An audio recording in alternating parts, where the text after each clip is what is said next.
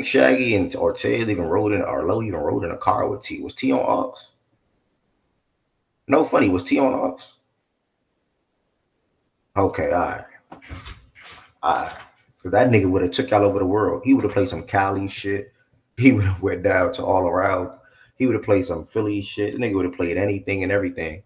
Then this nigga sending me Frank Ocean today. No disrespect to Frank Ocean or Party Next Door, but like, what the fuck? This man sent me somebody named Paperboy Fab. That could be a hell of an artist. I don't know who that is, but I mean, I don't know, gang. See, I let you do it, bro. You start doing a lot.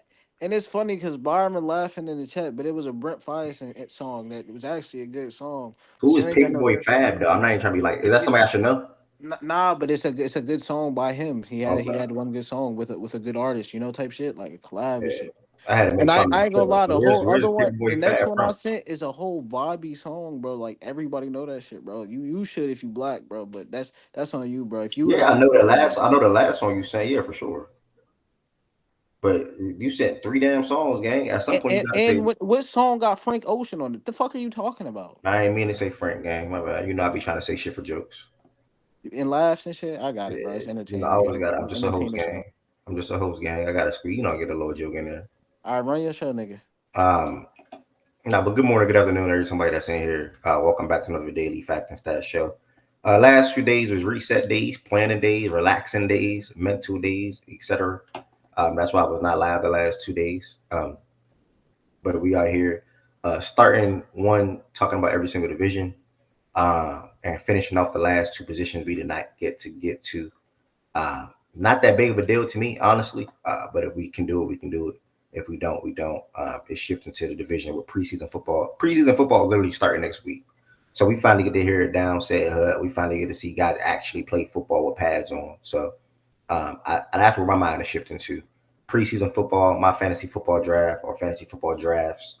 If I were being two leagues again, I don't really like doing two leagues, but a lot of people do 4 weeks, 4 leagues, 5 weeks, 5 leagues. I don't. Yeah, here we go. Nah, fuck, here we go. I don't like that one. Fantasy preseason football do start next week, gang. I wouldn't lie about that. Uh, August 1st is the first preseason football game, bro. It's the Hall of Fame game. We get to see the Bears versus the Texans. That's on Thursday, Ted. So literally next week Thursday, we got preseason football, and then following that week after that, we got endless. That's when everybody play. If you are not a Texans and a Bears fan, everybody play that Thursday through Sunday. So that's what I'm most excited for. So I want to hurry up and talk about every single division before preseason football actually starts to happen. 8 last season, yeah, yeah. You can't pay me, bro. You can't pay me to do over 3 fantasy leagues. 6 is your max. You're ridiculous. You sound like BJ. Two really is my max. Really three, because the way I look at it, say you know A-Chan, when A-Chan went off last year, everybody went to go sign A-Chan so fast. My brain will only click to sign him in one league. My brain won't click to sign him in 3, 4, 5 leagues. I don't know It's how tough, y'all do that. man. It's tough. So here's the thing. Like I got 5 dynasty leagues, but the good thing about the dynasty leagues is everything's out of the way. Drafts done, the rosters are set. There's not many people on waiver wire, so that's more of a week to week thing that you just got to change the lineup. But that waiver shit requires some paying attention from that Yeah, that's what aspect. I'm saying. How do And you that pay so that attention to redraft, on yeah, the five, six redraft different ones leagues? need How a do you little work bit the more wires attention. that much? Like that's I don't know how people do it. But So what's up, Ev, what's everybody? going on, Miss How Gina? y'all doing? So yeah, I was not supposed to be in 8. 6 is supposed to be my max. I just lost my mind last year, and believe you me, I'll never do that to myself again, ever, ever, ever. But so it's just that I have home leagues. I had like 4 or 5 home leagues already, and then when I got on Twitter, all these other leagues came up in Twitter, and I wanted to expand my horizon. I wanted to play against other people, not just family members and friends and stuff like that. So that's how it kind of fell out to that. But no, and all of mine aren't paying leagues. Like 3, I think only 3 of mine have a buy-in. So the rest of them is just like bragging rights and stuff like that. I do it for fun. I don't take it as seriously as some people do. But yeah, and I'm increasing my best ball leagues. Have you ever done best ball, Ev? Basketball? No, Yeah, best ball. best ball. Best. Yeah, so I'm in best ball is where you just draft. You don't have to do anything from week to week. All you do is do your draft, and the league itself takes care. It puts all your players in, and your best players. It'll put all your best players. There's no waiver wire. There's no trades. There's no nothing. All you do is draft, and that's it. And you get your winner at the end of the season. So that's a way you can up. It's just fun to draft and then sit back and see what your team does throughout the season. You was just talking about you can't be sitting around trying to set all these lines, and right, that's the part that makes it a lot of work. So if you do best ball drafts, then you just draft and then let it do the rest of the work. So I'm actually upping my best ball drafts, but keeping my ones that I actively have to work every week, I'm limiting that to 6, which is what it was before. You can do it. No, I can't. No, I can't do it. I wouldn't lie to myself. I know I can't do it. I know I can't do it. 6 is crazy. I know. Listen, 2, I'm good. 3, I'll give it a chance. But 2 is really what I'm good at. Well, but yeah, so it's Twitter leagues and home leagues. So that's how I got up to that number. At the end of the day, fantasy, anything is amazing. I like fantasy basketball. I like fantasy football. So fantasy period is an amazing thing to do. Sorry, I'm chewing. Give me a second. 1 second. Hey, D-Mac, people have been trying to get me in the Dynasty for several years. I refuse. I'm just not interested in Dynasty right now. I'm just like, I feel like Dynasty becomes an actual job because it's something you got to manage, actually manage. It doesn't just end when the season ends. I like when the season end is over, I go back and I redraft. You got to actually manage a Dynasty team throughout the year, whatever. So I don't feel like that. But people have been trying to convince me. I may do one of these years, but plus I don't watch college, D-Mac, hard like that. So to me, for Dynasty, you got to really be into college football. So it just doesn't make sense for me. D-Mac, you there? D-Mac, did you hear her? I don't know. D-Mac must have disappeared. Is Dynasty like, to me, I did keepers leagues. Typically, I did a lot of keepers leagues growing up. I'm saying growing up like I'm super old now. And Dynasty keeper, you select the amount of people that you want to keep on your team. As far as Dynasty leagues, you keep the whole damn team. You keep the whole team, correct? Regina? Yeah, you keep your home right. Yeah, you keep your home team and you draft the rookies every year. Mm-hmm. Chicago Bears, Dallas Cowboys. Who's the Chicago Bears CB2? Let me look that up real quick. Am I missing something? Who's the Chicago Bears CB2? But anyways, though, good morning, good afternoon, somebody that's in here. Tyreek Stevenson, he's pretty solid. He went to his 3rd year out of Miami. Yeah, he's a young dude. Okay. So that's a valid ranking for them to be the 4th best secondary in the league.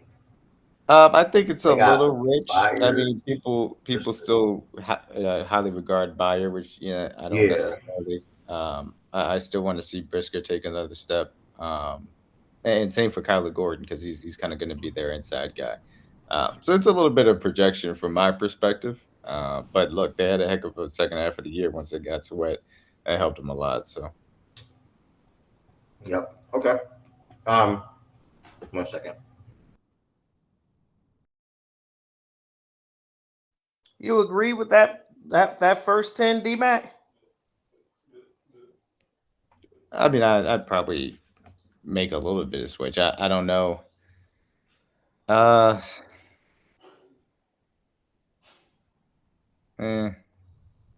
think. Here's the thing. I would have the Patriots higher because I really do believe in Gonzo. That kid is a beast. I would have to see a little bit more from the safety play of the Bears before I really love that ranking. I think the 49ers still have, probably a little bit better than that. And I'd move the Vikings down with them losing a starting quarterback. Tampa Bay would be in my top 10. I'm trying to think, is there any one of these teams that I would also feel like that's not in the top 10 that would move up? So with the Jets got Seattle and the Packers are the 2 teams that aren't in that top 10. That would probably be in my personal top 10. I love both of their secondaries, specifically Donald is going to do out there in Seattle this year. Who else is on the Jets besides Sauce? I I mean, just can't remember at the second. That's what I'm saying. DJ Reed is really good for them. Their safety DJ duo is Reader, good. okay. No, not Reader, just Reed. But DJ their Reed. safety duo, yeah, their safety duo is also really good as well. They got Chuck Clark and Adams, I think, as well back there. So, and also I think Chuck Carter played Clark. pretty well for them in this safety. So, yeah, T, that it was tough. We got the Williams news and the and that news as well. Both torn ACLs for starting corners um, It yesterday was the Rams dude and whoever dude that got hurt. for the Vikings. The Vikings, yeah. Damn, but they lost their fourth Oh, round. I didn't even hear about the Rams one. Right, rest in peace to Kyrie Williams, and then they lose the goodness gracious. That's Yeah, goodness gracious. that's terrible, man. Yeah. But So yes, why you ain't saying about Baltimore though? Like you see Baltimore right there, you just ain't say nothing. I think that's a fair ranking for y'all. I think y'all have a really good secondary, and 6 is fair. You like Dallas secondary over ours? If we assume that Diggs is fully healthy, But then they lost I Gilmore, didn't they? don't Didn't love their Gilmore move safety. on? Here for me, Gilmore's yeah. still a free agent. I don't love their safety play as well, so they'd be one of the teams that certainly would move down as I move teams in the top 10. So yeah, y'all would probably be ahead of Dallas, and I'd probably have y'all in front of the Bears, but I don't know if that would get you in the top 5 because, like I said, I really do love the Packers and Seattle. Okay, fair.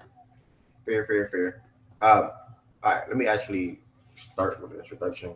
Again, more good afternoon, there's somebody that's in here. Uh, we are back live today, NFL edition. Probably won't pick back up basketball or until that USA game. That USA game is in 2 days, 3 days, I think, on Sunday, 28th. So we're watching our first game against Serbia.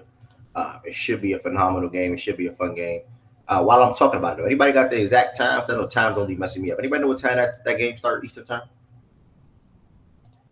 Anybody know what time that game start Eastern time? 10:15 Eastern, bro. 11 Eastern. Boy, oh boy, that's an 8 a.m. start. So yeah, y'all pull up at 11 a.m. Eastern time in here to watch USA versus Serbia. Boy, oh boy. I try to get rest on the weekends, bro, but I ain't really get no sleep, so it is what it is. My little brother last week of summer camp, so that's pretty damn good. But yeah, no, that's not B. I'm back. That's Novi, not B, dude. Keep up. That's Novi, not B. Yeah, you not a day one for real.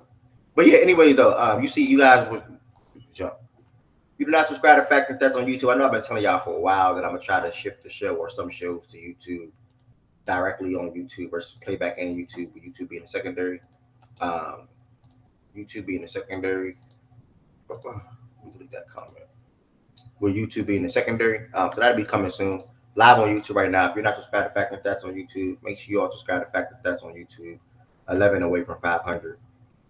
If you do subscribe already, hit that like button. I greatly appreciate it. As far as Fact and Stats Apparel, I literally just DM'd the designer today, so I'm looking to work on get a new design again for the fall. The website, if you want anything else that's already on the website or that's on sale on the website, check out the website, factandstats.us.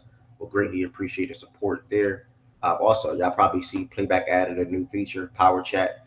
Any gifts, donation, tips, whatever you want to call it, that you add, that you send there, that goes directly to me. So greatly appreciate any support in that aspect as well. And then I'm going to get to the topics for the day today, which I already dropped a little earlier on. Again, it's probably not going to hit the same as far as talking about divisions as it did in Spaces, because we are in playback. So that makes sense a little bit. Spaces, you'll see people randomly pop in because they see it at the top of the screen or from people that they follow. That's why Spaces was really clutch. I'm not going to lie. That's why we did 150, 200 a day on Spaces, because somebody will be following Miss Gina that don't follow Fact and Stats. Like, Miss Gina's in Fact and Stats. Let me see what the hell that is. And they'll come in there. So I think that was probably one of the best benefits of Spaces. Quick training camp talk. If anybody got anything to say about training camp from their team, ranking either or, whether that's linebackers or D-linemen. And then AFC South outlook. Breakout player. Who do you think will be the breakout player in that division? Who do you think is going to be the division winner? Yeah, et cetera is there. And my follow up question will be, who do you think will be the best offensive rookie, best defensive rookie in that class division as well? So that's 3 questions off the top of my head, or 4 actually. Who do you think will be the breakout player in that division? Last year, I think the breakout player was trending to be Tank Dell. This year, who do you think it'll be? Who do you think will be the division winner? And also, who do you think will be the best offensive and defensive rookie within that division? So that's what that's going to be looking like. Jaja said, I know Jaja said he's busy today. I don't know if anybody else, as far as inside the AFC South fans, maybe OG. OG's a new Houston Texans fan, so we'll see how that be. With that being said, though, we're going to go ahead and head to a little warm-up training camp. D-Mac, I know you actually went to one of them and probably kept up with the rest. Is there anything standing out to you through a couple of days of training camp as far as in Kansas City with the Chiefs? No, nothing too crazy. You know, we getting our work in. It's a small roster tweaks here and there, but nothing groundbreaking. I know everybody's talking about Kadarius Toney at this point. And he was healthy and looking good out there, so you know he'll be a gadget player against for us. I will say the whole conversation about Mahomes throwing the ball deep on a consistent basis, it's been an emphasis to this point. We had him out there I was out there for 2 of the first 4 practices. He was connecting a lot down the field. He was throwing it deep. So with the speed that we added, that's going to be an emphasis put back in the offense, to say the least. Okay. I mean, one thing I can say, that's something that rubbed me the wrong way no matter what, seeing freaking, obviously, Hollywood catches Patrick from Mahomes. That's something that just probably not, I'm not going to feel good about the whole damn year, to be honest. Far as in Baltimore, Bateman had some highlights. Yesterday, the defense dominated. Lamar didn't really get to practice, obviously, still dealing with that illness, so he was sent home. But the defense, Kyle Hamilton had a pick. Jim Armour Davis had a pick. Marlowe had 2 picks. Marlowe said he shed about 20 pounds as well, so he's more slim. He said he got a call from Eric over the summertime thinking he was about to get cut. So that was like an eye-opener for him. So, man, me personally, man, I'm expecting, I'm not saying he's going to be all-pro, but my nickname for him when he became it was all-pro Marlowe. So I'm expecting Marlowe to really bounce back and have a big year. I'm also Rashad Bateman. Talk about how this is the most healthy he's ever been. Heading into training camp in Baltimore. And Zay Flowers, obviously, he's looking good. What else?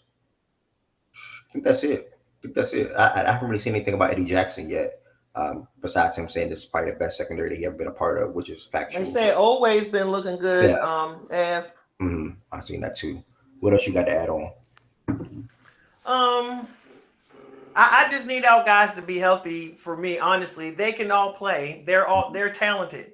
The only thing that hurts our team typically are injuries. Is not that we don't have the talent. So if we can get into the season and get these guys into the season starting and keep these guys, we should have. I still expect us to have top 3 defense, and my expectation is that our offense will be top 10.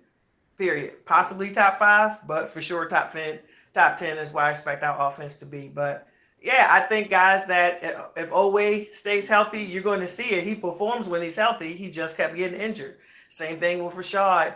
Yes, Rashad, Shaggy. So, and I did put it down in the post. I expect that dude to have anywhere from 650 to 1,000 yards this season. Hopefully him and Lamar. Well, we kind of started off rough because Rashad was there and Lamar was out. Then we had the previous seasons. Lamar was there and Rashad was out. But I'm praying they both are on the same page. If they are, and they get back to that chemistry they had. And the way that Rashad runs routes, and he has good hands. He really does.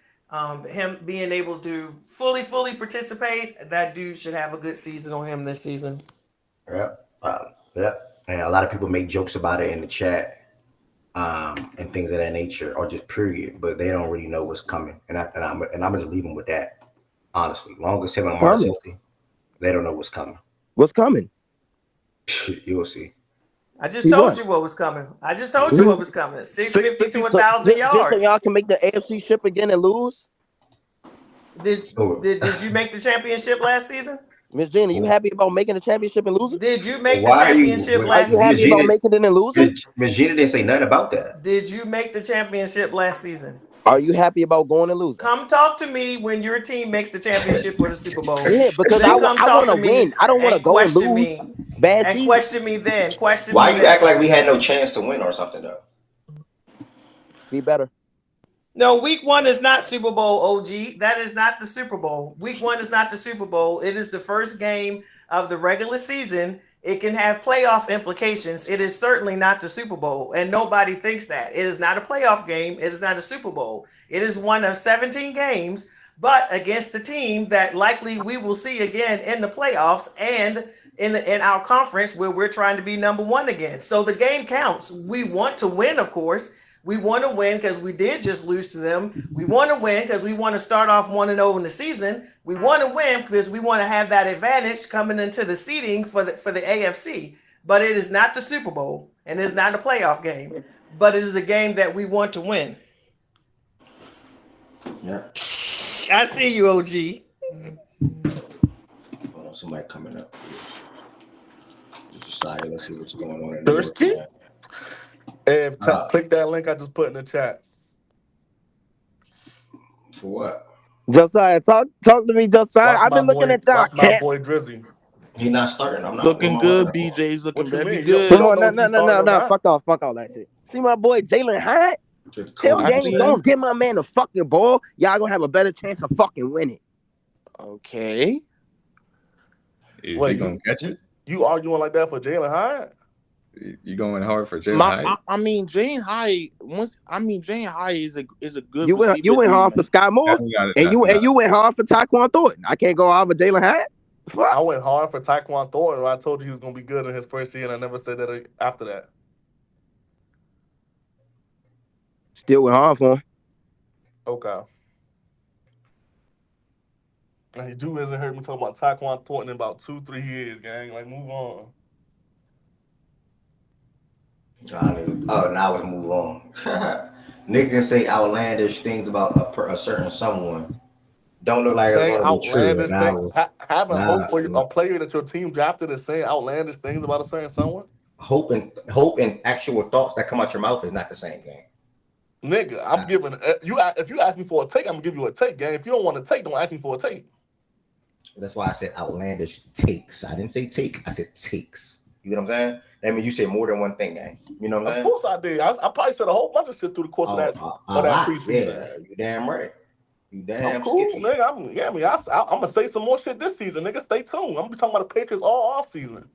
Bro, what are you possibly? Wait, time to fuck out. No, you're not. No, you're not. Yeah, no, you're what not. are you going to say? What are you going to say? You want to give me the floor? Yeah, you got it. All right, well, man, listen, man. Patriots, man, we looking good this year. Shout out my boy Gonzo. He back in camp. He look fluid. He looking straight. They saying Mario Douglas, Pop Douglas still unguardable 1v1. Jalen Pope. I'm gonna be real with you. I ain't want this guy. I want Xavier Worthy. I want Xavier Worthy or AD Mitchell bad. But we went the Pope route, I guess, cool. But they saying in camp, he looked like a real pro. They say he's a professional receiver. Y'all already losing 2 to us, Lil, so what's next? We're not losing 2 games to y'all, bro. Chill. Y'all losing to the Jets, I bet that. You think we losing 2 games? You said you want another small wide receiver. Nigga, I wanted a fast wide receiver. I didn't want him either, low. He looking good. Yeah, bro. He looked good, dog. You know what I mean? So if he here, I'm gonna rock with him. But nigga, I wanted a nigga with some speed. Nigga, I wanted something to open the field up. Yeah, I mean, but Polk isn't slow. Wait a minute, who they playing week 1? Polk isn't slow, but I was cool with Polk. Like Polk, you feel me? Like if that's y'all got Baker, prize, y'all got I'm Tyquan. There's a little speed out there, but Polk is the best wide receiver in your room, and he's gonna fit very well with Drake May. I truly do believe that. Like that was a better pick than AD. Who's the OC again? Who's the OC? Who the fuck is on OC right now? I think it's Van Pelt. Yeah, it's Van Pelt. Yeah, Scott Van Pelt, some shit like that. They just Van got hired this year. Scott Van Pelt from the nighttime late show. No, Alex Van Pelt. Alex Van Pelt. I'm burnt. Oh, Alex Van I'm Pelt. like, I think he used to be with Green Bay or Aaron Rodgers, some shit like that. Yeah. Yes, he was under LaFleur. I think y'all defense gonna be there. I just have no idea what your offense is gonna be doing. That's my only thing. I'm not saying it's good or bad. I'm just saying I don't know what it's gonna do. I mean, I think that the defense. I think the defense always gonna be there. Like we still have players on defense. We still gonna have a great secondary. I still like we get Judon back. Remember we lost Judon early in the year last year and didn't get no pressure on the quarterback as soon as we lost him. So we get Judon back. We drafted a kid last year. I don't know if y'all know him named Keon White. He's looking like a monster defensive lineman. Shit, but the offense, man, I don't know what the offense gonna do. I'm gonna be real with you. We have a deep. I ain't gonna say deep as in good. I mean deep as in bodies. Wide receiver room. So we gonna have to make some cuts. I don't know who's getting cut. I'm pretty sure we're keeping Jalen. Obviously, I'm pretty sure we're keeping Pop Douglas. They love him. So after that, I mean, it's up for anybody. I don't know who we gonna keep and who not. They probably gonna work the what's it called though? The what's the shit I'm looking thinking about? Practice squad and waiver wire, all that shit. Need to trade Judon. Yeah, Judon. I mean, Judon old, bruh. But I mean, he still was good last year. He was still producing last year before he got hurt. I think he wasn't saying that because of age. He was saying that. Bro, he just want him off the roster, bro. He won't get paid too. He won't get paid too. So. Nigga, he don't want nothing good for the Patriots, bro. Never seen a fan like that. Like nigga want nothing good on the Patriots. Hold on, he come right back. That's a fact though. That nigga's different. Now, look, I think the Patriots. I think their defense is going to be good. You just gotta. I think you can start Brissett for a few games, make sure the offensive line is fine, and then bring May in after that. Yeah, I think that's the big concern. The offensive line, right? They don't want to put Drake back there, especially because, and I think they're also trying to work on his throwing motion because they were saying that his motion is a little too slow. So, I mean, that a combination of bad offensive line and slow throwing motion, that's just a recipe for disaster. So, I mean, I've been seeing some clips lately though. They look like his motions sped up a little bit. Like the clips I've seen today, it looked a little faster. I think May has a bright future ahead of him, as long as you guys, Shit, CJ Stroud said he was the most pro-ready quarterback out of all the rookies. I mean, that's including Caleb. I was kind of surprised he said that. I didn't necessarily. But he got the arm talent though. So I didn't necessarily agree with that, but he was clearly the second best guy in my opinion. Yeah, way to word it. Oh, Joe Milton, bro. We already know Joe Milton will be starting by week 8, bro. Let's be real, bro. You talking about Bazooka Joe? You already know it, boy. That boy, look. I ain't gonna lie to you. That's my dog, bro, but I don't think he's starting, gang. He's not taking Drake's spot. But look, hear me out, though. He's going to have a hell of a preseason game, though. He is, though. I ain't gonna lie to you, because, bro, the Patriots low-key messed up taking 2 quarterbacks, bro, because now they're going to have, once Drake May start looking sorry, bro, once he start going out there throwing picks, it's going to be another, Mac Jones and Bailey Zappi situation where they don't fuck up, bro. Damn, you that high on Joe Miller? Oh, I'm a Tennessee Vols fan, bro. I know what that nigga can do, bro. That nigga nice, bro. That nigga nice. He's not nice. He's not. No. But you jazz. I'm about to say you jazz. So basically he'll be out the league in about 2 years. For sure. Zappy's out of there for real. I ain't gonna hold you. Milton can get Zappy up out of there. Bailey Zapp. I don't think either of them make the roster. You guys probably just keep 2 and one of them. Hey, that nigga might just only throw 4, but the nigga got hands too. Let a nigga try to play my nigga, bro. He got them hoes. They probably cut. I mean, he got a better chance of converting into a different. He got a better chance of converting to a different position. That's for sure. Yeah, Joe's athletic too. He's athletic. Yeah, he is. Mm-hmm. The second come of Lamar Jackson. Yeah. Can he play some wide receiver? I don't think so. Bruh. Maybe more tight end or some shit like that. I don't know about wide receiver. Maybe. Bruh. But yeah, the flow of the show though. And then quick news: Broncos, we ain't starting the deal. We're talking about Kendrick, feared to have a torn ACL. Cousins, Kurt, big for Atlanta fans. We were cleared to practice after that last year torn Achilles. Trent Williams is obviously holding out. Ayuk was at practice yesterday.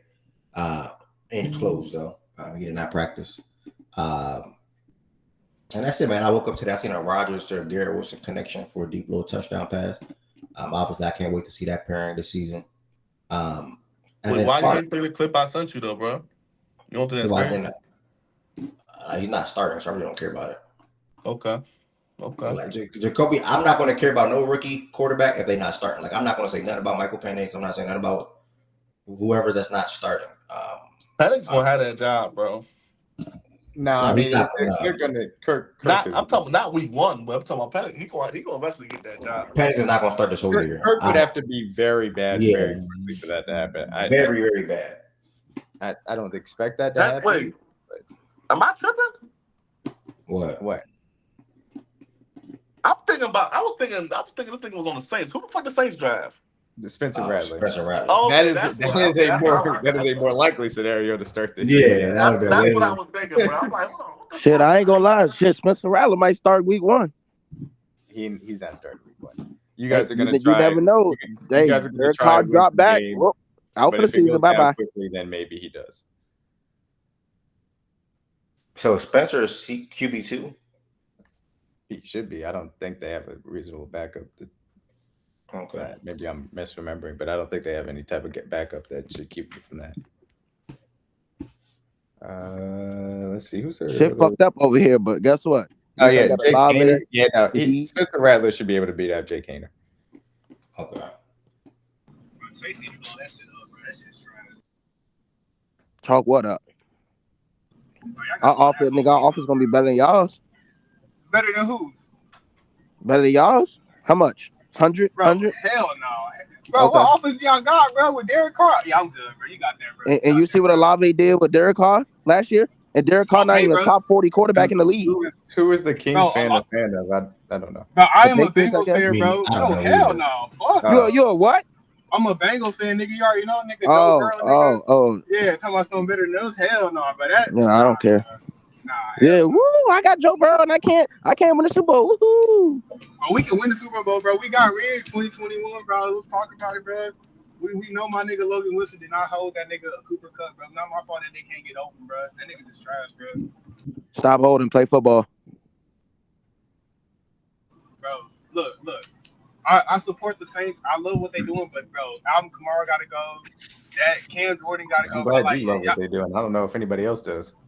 Bro, they didn't cap hell. That's what it is, bro. That's why they can't low key grow from what they got right now. If they really started over and build around this round, they gonna be spread. They gonna be spread. Bro, what? No, never mind. I don't care. Our defense still better than y'all, so I don't give a fuck. I ain't here to argue about that. That may be that may end up being true. I think I got the best defense best DB core up here. So I'm taking ours, but nigga, what? Nigga, your DB core not bad. I'm taking ours. Yeah. Woo! I got Kyle Hamilton. Oh my God, he's so good. Oh my God, I got Brandon locked up. Jamar Chase. About none of that shit, bro. Marlo, Nate Wiggins. Y'all don't got a group. Y'all don't got a Williams, group. Y'all don't have a group of niggas. We got a group of niggas. Nigga, my DB core. Like, I got one nigga. Shout out to y'all though. Mac, who y'all 2 corners starting with Snead out? McDuffie and who? Right now it's Williams, but there's going to be a competition for those guys. Joshua Williams, right? Yeah. Shout out to Fayetteville State. Bro, D-Mac, bro, I was gonna ask you, bro, like, how you feel? You think y'all gonna win the what's the record like by week 5? I didn't hear your question. What'd you say? I was gonna say, what's the Chiefs' record looking like by week 5? I expect us to. I mean, I don't think there's any game that we should not win, but we got a tough 2 weeks. I'll certainly say that. But 4-1, 3-2 or worse. 5-0 definitely possible. Yeah, that first look like that's probably gonna be against the Bengals, but I respect the Bengals. Who y'all first 5? What's y'all first 5? Right, we start off with the Ravens and Bengals. We got them both at home. Damn, that's a hell of a first 2. Yeah, at least they both at home though. Yeah, we go to Atlanta, then go to LA, and then we have the Saints on Monday Night Football. So I mean, Atlanta may be tough. Yeah, Atlanta. Man, will god give us a damn, game. after the Saints, y'all got a super early bye week, and then y'all got the Niners. God damn. Yeah, I don't love the early bye. That's the one. Damn, I ain't gonna lie. We play y'all this schedule, year, bro. D-Mac? Y'all schedule is We don't play y'all fucking just cake, Oh. bro. Raiders, Bucks, Broncos, 3 dubs. Bills, that's a coin toss. Panthers, Raiders, Chargers, cake. Browns, whatever. I give y'all the Texans, and then the end of the season with the Steelers and the Broncos. This shit is. Y'all will at least get 10 wins this year, D-Mac. Y'all will at least What, y'all got Nigga, like duh. 4? Y'all got about 5 good games? 5 good games? 4 good games? They could fuck around and get fucking 14, 15 wins this year. They're not getting Well, what I 15. just They're heard, not getting 15. They're not getting 15. Chill. yeah, of course I added a At little most they're jazz getting to it. What that 13. mean? At most they're getting 13. They can't. Dude, 13 should be the bar. Niggas out here saying the Chiefs getting 15 wins. All right. No. Niggas about to take that to their bank. I like them over y'all week 100. I like them over them week 1 too. When that week comes, I'll be betting D-Mac. Bro, what? Why you can't bet the rest of us though? Because something called FanDuel. You scared? Wait. Time out. I'm pretty sure we're gonna be underdogs. So You that nervous? I'm pretty. Again, when that week comes, I will bet D-Mac and then FanDuel because I'm pretty sure we're gonna be underdogs. Bro, you're not underdogs. You're not underdogs. I'm pretty sure it's gonna be an even line, bro. I ain't gonna lie to you. No, I ain't gonna lie. But y'all not dogs by that much. We're definitely underdogs. I don't give a fuck. Okay. I match FanDuel. Okay, what's the odds? Plus 138. Let me see. Oh, you matching that? Okay, cool. That's yes. fine. Plus 138. Okay, so my 138, you're 100.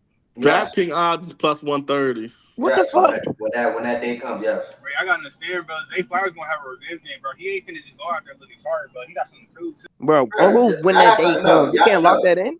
Y'all have to understand that because y'all are scared of the Chiefs, don't mean I'm scared of the Chiefs. Okay, so why not bet on Hey, so we don't fear them niggas, bro. We don't fear them niggas. So time out. You can't bet me, D-Mac, and Elo plus FanDuel. Respectfully, I have the best team in here. D-Mac has the best quarterback that makes them win games when it matters. As far as team, I have the best team. Well, the Raiders are a better constructed team than the Chiefs. Yes, that is true. But where has that gotten you? Again, I just said we ran into Mahomes last year, and Mahomes is the best. Hold on, time out. Fuck that. Wait.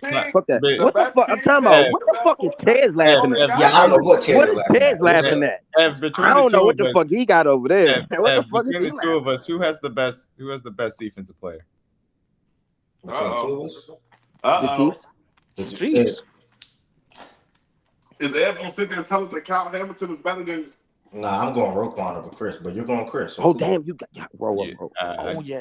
You'd be very hard pressed to find people that would take Roquan over Chris Jones. Okay, I understand because it's a defensive tackle. You don't want your defense. You don't want that. Yeah, that matters. That's a motherfucking game. Okay. Let's continue the game. Who has the next two? I think you would take Roquan. I would take Trent over Kyle though. Personally, I was about to say McDuffie. You taking McDuffie over Kyle? Fuck yeah. Oh, okay.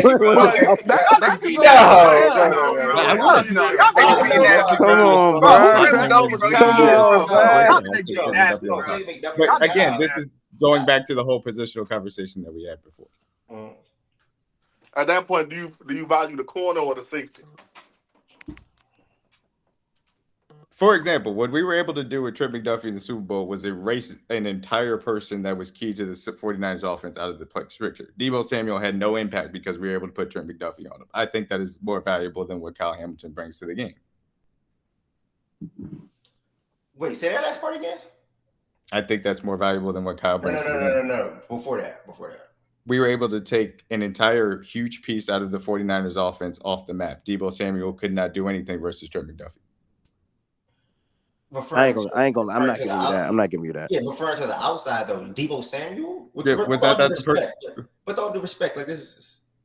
I think niggas saying Deebo ain't like that to begin with, bro. Yeah, no, that's fair. But my point is being Deebo is a massive part of the 49ers offense.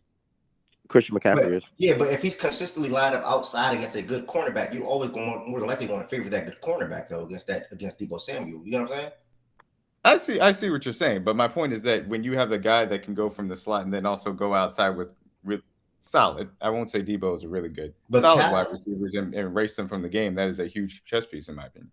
Cal go nickel, Cal go safety, Cal go box, and Cal bring pressure off. To me, being able to go from slot corner, still have the blitzing value that we've seen Trent McDuffie bring to the table, and also cover wide receivers and travel with them, which we saw him do rookie year and also this year off of L'Jarius Sneed. Both of those things, in my opinion, are more valuable.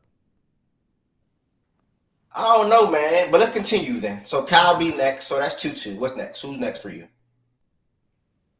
I mean, for me, it'd be Nick Bolton. For you guys, it'd be Matt Abuke. Or Marlo. I don't know. You would probably favor Marlo.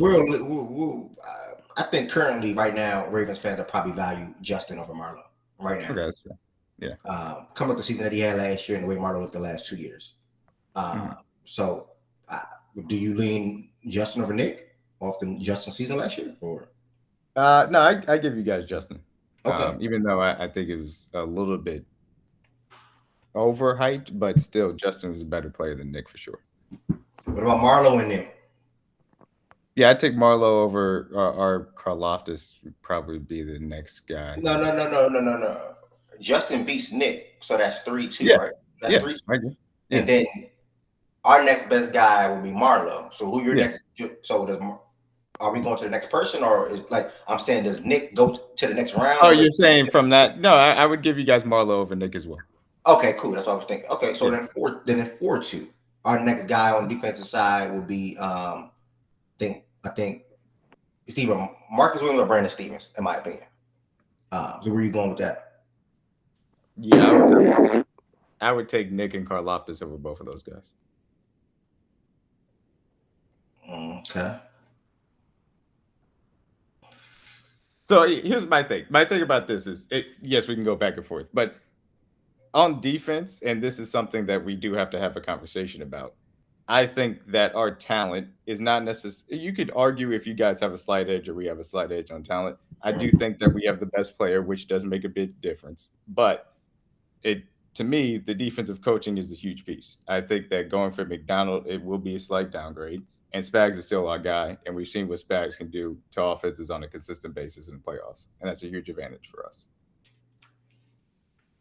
Okay, I mean you're the only team. With all due respect, you're the only team that I look at, and no disrespect to Texans fans, to Bills fans, Dolphins fans, Bengals fans, but you're the only team that I look at and even the Steelers, because I do want to see us beat the Steelers again. We haven't beat them guys in a little minute, but I don't look at no other team outside the you have Patrick Mahomes, bro. It's like a team playing LeBron James in his prime. I'm being real. So, luckily we have a good runner-up in Lamar Jackson. So hopefully, we continue to build the right team around him, which I don't think we did offensively as far as outside options or outside passion threats. I don't think I like that excuse though, and I'll keep it a bean. Excuse? Because you keep saying they have Patrick Mahomes. If I asked you who the second best quarterback in football is, you would say Lamar Jackson, right? That's why I said we have a good runner-up in Lamar Jackson. Runner-up at the number 2. I'm with you. Okay, so you believe you have the second best QB in football? Correct. And you already believe you have the better overall team. So the second best QB with the better overall team can't win? Yeah, but you missed me. You didn't hear my last part. So my last part was, but I don't think they put the valuable or necessary outside pass catching threats that he may need to succeed. We were going with Zay Flowers and Rashad Bateman. I don't know if you can. If we necessarily, hold on. I don't know if we necessarily. Yeah, you're not. You're not having a serious. If we're not going to have a serious I'm trying to have a serious convo, but you can't in one breath tell me Rashad Bateman gonna do this and this and that and this and that, and then another breath tell me, yeah, Lamar don't got help. All we got is Rashad Bateman. Like, come on now, this don't make sense. That's not adding up. You never heard me say that, gang. I don't know if you want to be serious. I don't know if you're trying to troll. You never heard me say Rashad. What did I say about Rashad Bateman besides? You said Rashad Bateman gonna go for 650 yards this year. 5 to 650. That's what I said. Oh, I didn't say anything. So I can't take your highest number. You took my highest number. I didn't say anything crazy. 650 is and Miss Gina think he going 650 to 1,000. That's Miss Gina. She's not me. You're talking to me. I'm just saying, gang. This not adding up to me. Can I ask you a different question then? Please, brother. If we're running through this and we feel like I think we agree the defensive talent's in the same realm, even if we would say a slight edge either way. If we run through it, and I think that my offensive line is better. You guys have some starters to replace. We'll see how that develops. Obviously, we have a left tackle battle that matters, but our left guard to right tackle all put together well. I think you guys, well, I don't know. Yeah, actually, no, my fault. I forgot you guys signed him. You guys have a running back advantage. Got to give you that. You don't feel great about your outside talent. I don't know if you would agree, but I think our wide receiver core would be considered better. I think our tight end room is better. That's like I'm not even go ahead. Your tight end room, what? Yeah, I think the tight end room is at. I really like our tight end room, but I know you guys really love Andrews and Likely, understandably so. So I think it's the same realm. But my point is this: who y'all second tight end, D-Mac? We have Jared Wiley and Noah Gray, and okay, they're going to continue to. That's a whole different conversation. That was actually my standout from training camp. But anyway, I think that going through this though is the whole thing of they have the best quarterback, but we're the better team. I don't think that necessarily has held up as we go through these rosters, in my opinion.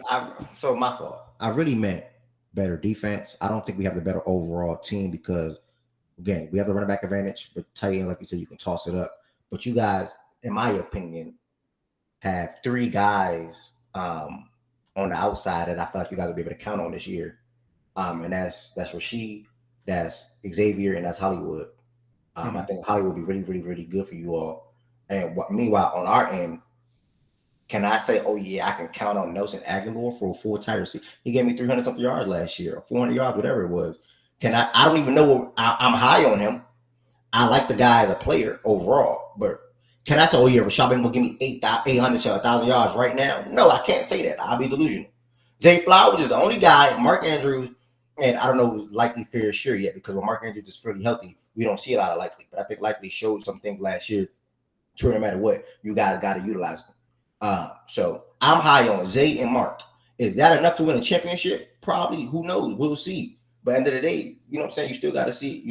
Bro ain't even see Worthy. But right now, you would think Worthy is better than our second best wide receiver. And that's a fact. You would think that right now. You would literally think that right now. OG, no, I'm not. Because this year coming around, we have Derrick Henry. And I think Derrick Henry will be a big difference for how we play football. We went away from the run game last year in the AFC Championship for whatever reason. Obviously, a big fumble by Zay Flowers. And yeah, it was a good game overall. Niggas think about the AFC Championship and think about us losing as if they beat the shot out of us or something. It was a good game. Offense was slow. No, they didn't. Offense was slow. We really didn't pick things up. Lamar didn't play too well. Travis scored on Kyle. Zay fumbled. Yeah, we definitely sold CJ. It wasn't like they just came into our house and just beat the shot out of us. Offense started off bad. Offense played bad the whole entire game for the most part. Went away from the run game, and that was that. Never felt like y'all would win. You didn't either. Yeah, that's your opinion. I feel like we will win that game. I feel like we were the best team in football last year. At what point, everybody thought we were the best team in football last year. I think he means like during the game though. Like at what point of the game did you feel like y'all had that shit like won? Like did you think y'all was gonna win that motherfucker? Wait, well, I'm pretty sure you probably came into the game thinking I was gonna win. So that's I came into the game thinking we was okay, so at what point in the game did you feel like the momentum flip? Let's put it like that. Zay Flowers fumbled. We was already down, but when Zay Flowers fumbled that ball, that's when shit really like down. Like I think if Zay Flowers didn't fumble, I think we was about to tie the game up or either go down 3. Which one was it? Because god damn. I think I was about to as soon as he fumbled, the whole air went out the building, the whole air went out of all of the purple people. Yeah, when he fumbled, that shit was like, bro, man, I don't even talk about that shit. But Lamar Solid don't speak on that D, nigga. Huh?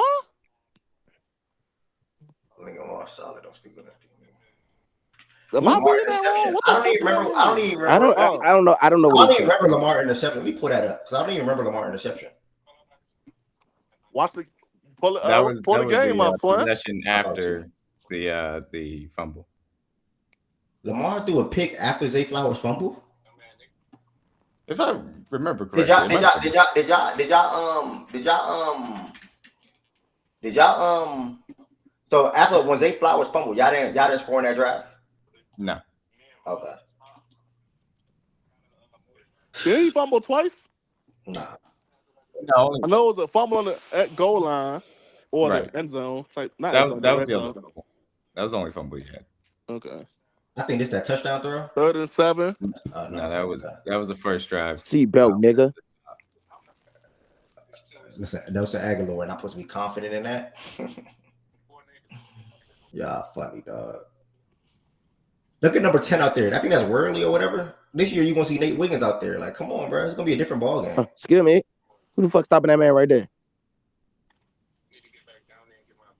My boy Chicken Fried Rice. That's Ronald Darby out there. Like, come on, bro. We got better. We got Ron Darby. No, I'm saying we had him out there. Y'all had Ronald Darby last year? Yeah. Damn, I ain't know what the fuck I'm saying. I thought he was throwing the bucket in. That was a big stop.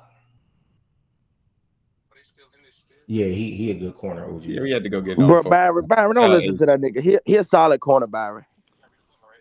So if you mean to tell me a rookie's coming and being solid, I think that's pretty good then, brother. Okay. I didn't personally love Nate Wiggins in the draft process, but he's also not my type of quarter. He is more of you guys' corner. So yeah, that touchdown right there. But like, he's a little bit more of a zone lighter corner. I prefer guys that are a little bit more physical. Anytime, any place. You like the that's guys enough that nigga who respect the money. Yeah, personally. That's good defense, bro. That's just a hell of a They have a hell of a connection. I'm supposed to be top 3, okay. They have hell of a connection. You know, my man Gilmore, bro. We used to call him Bump and Run Gilmore.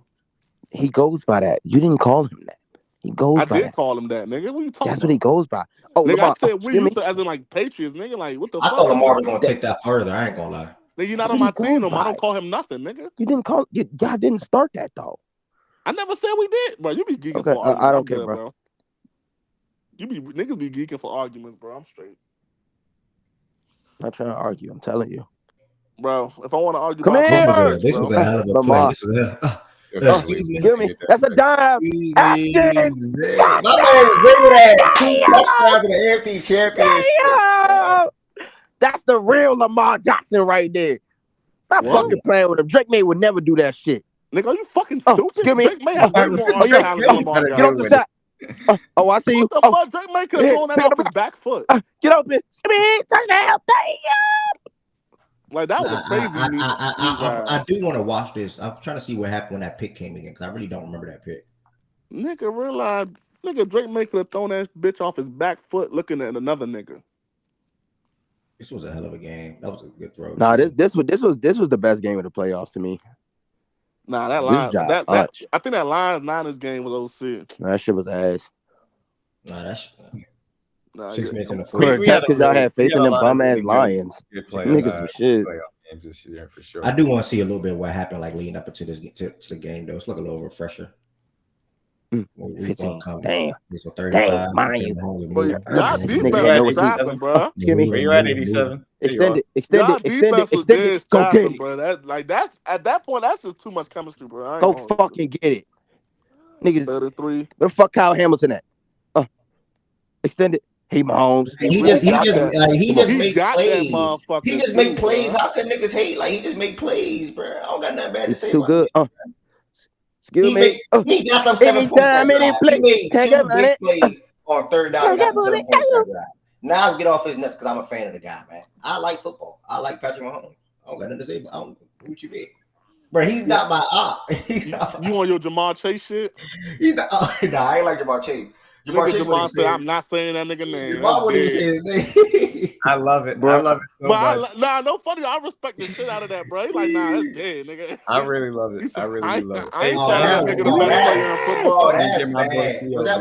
Was that Ronnie? I think. Hold on. I think that's the play that was made at Ronnie. Let me see that again. 3rd and 1. That's bad. Hold on. I think it's the dude that came right off Ronnie Stanley. Or maybe I could be tweaking. Hold on. Y'all got the first down, huh?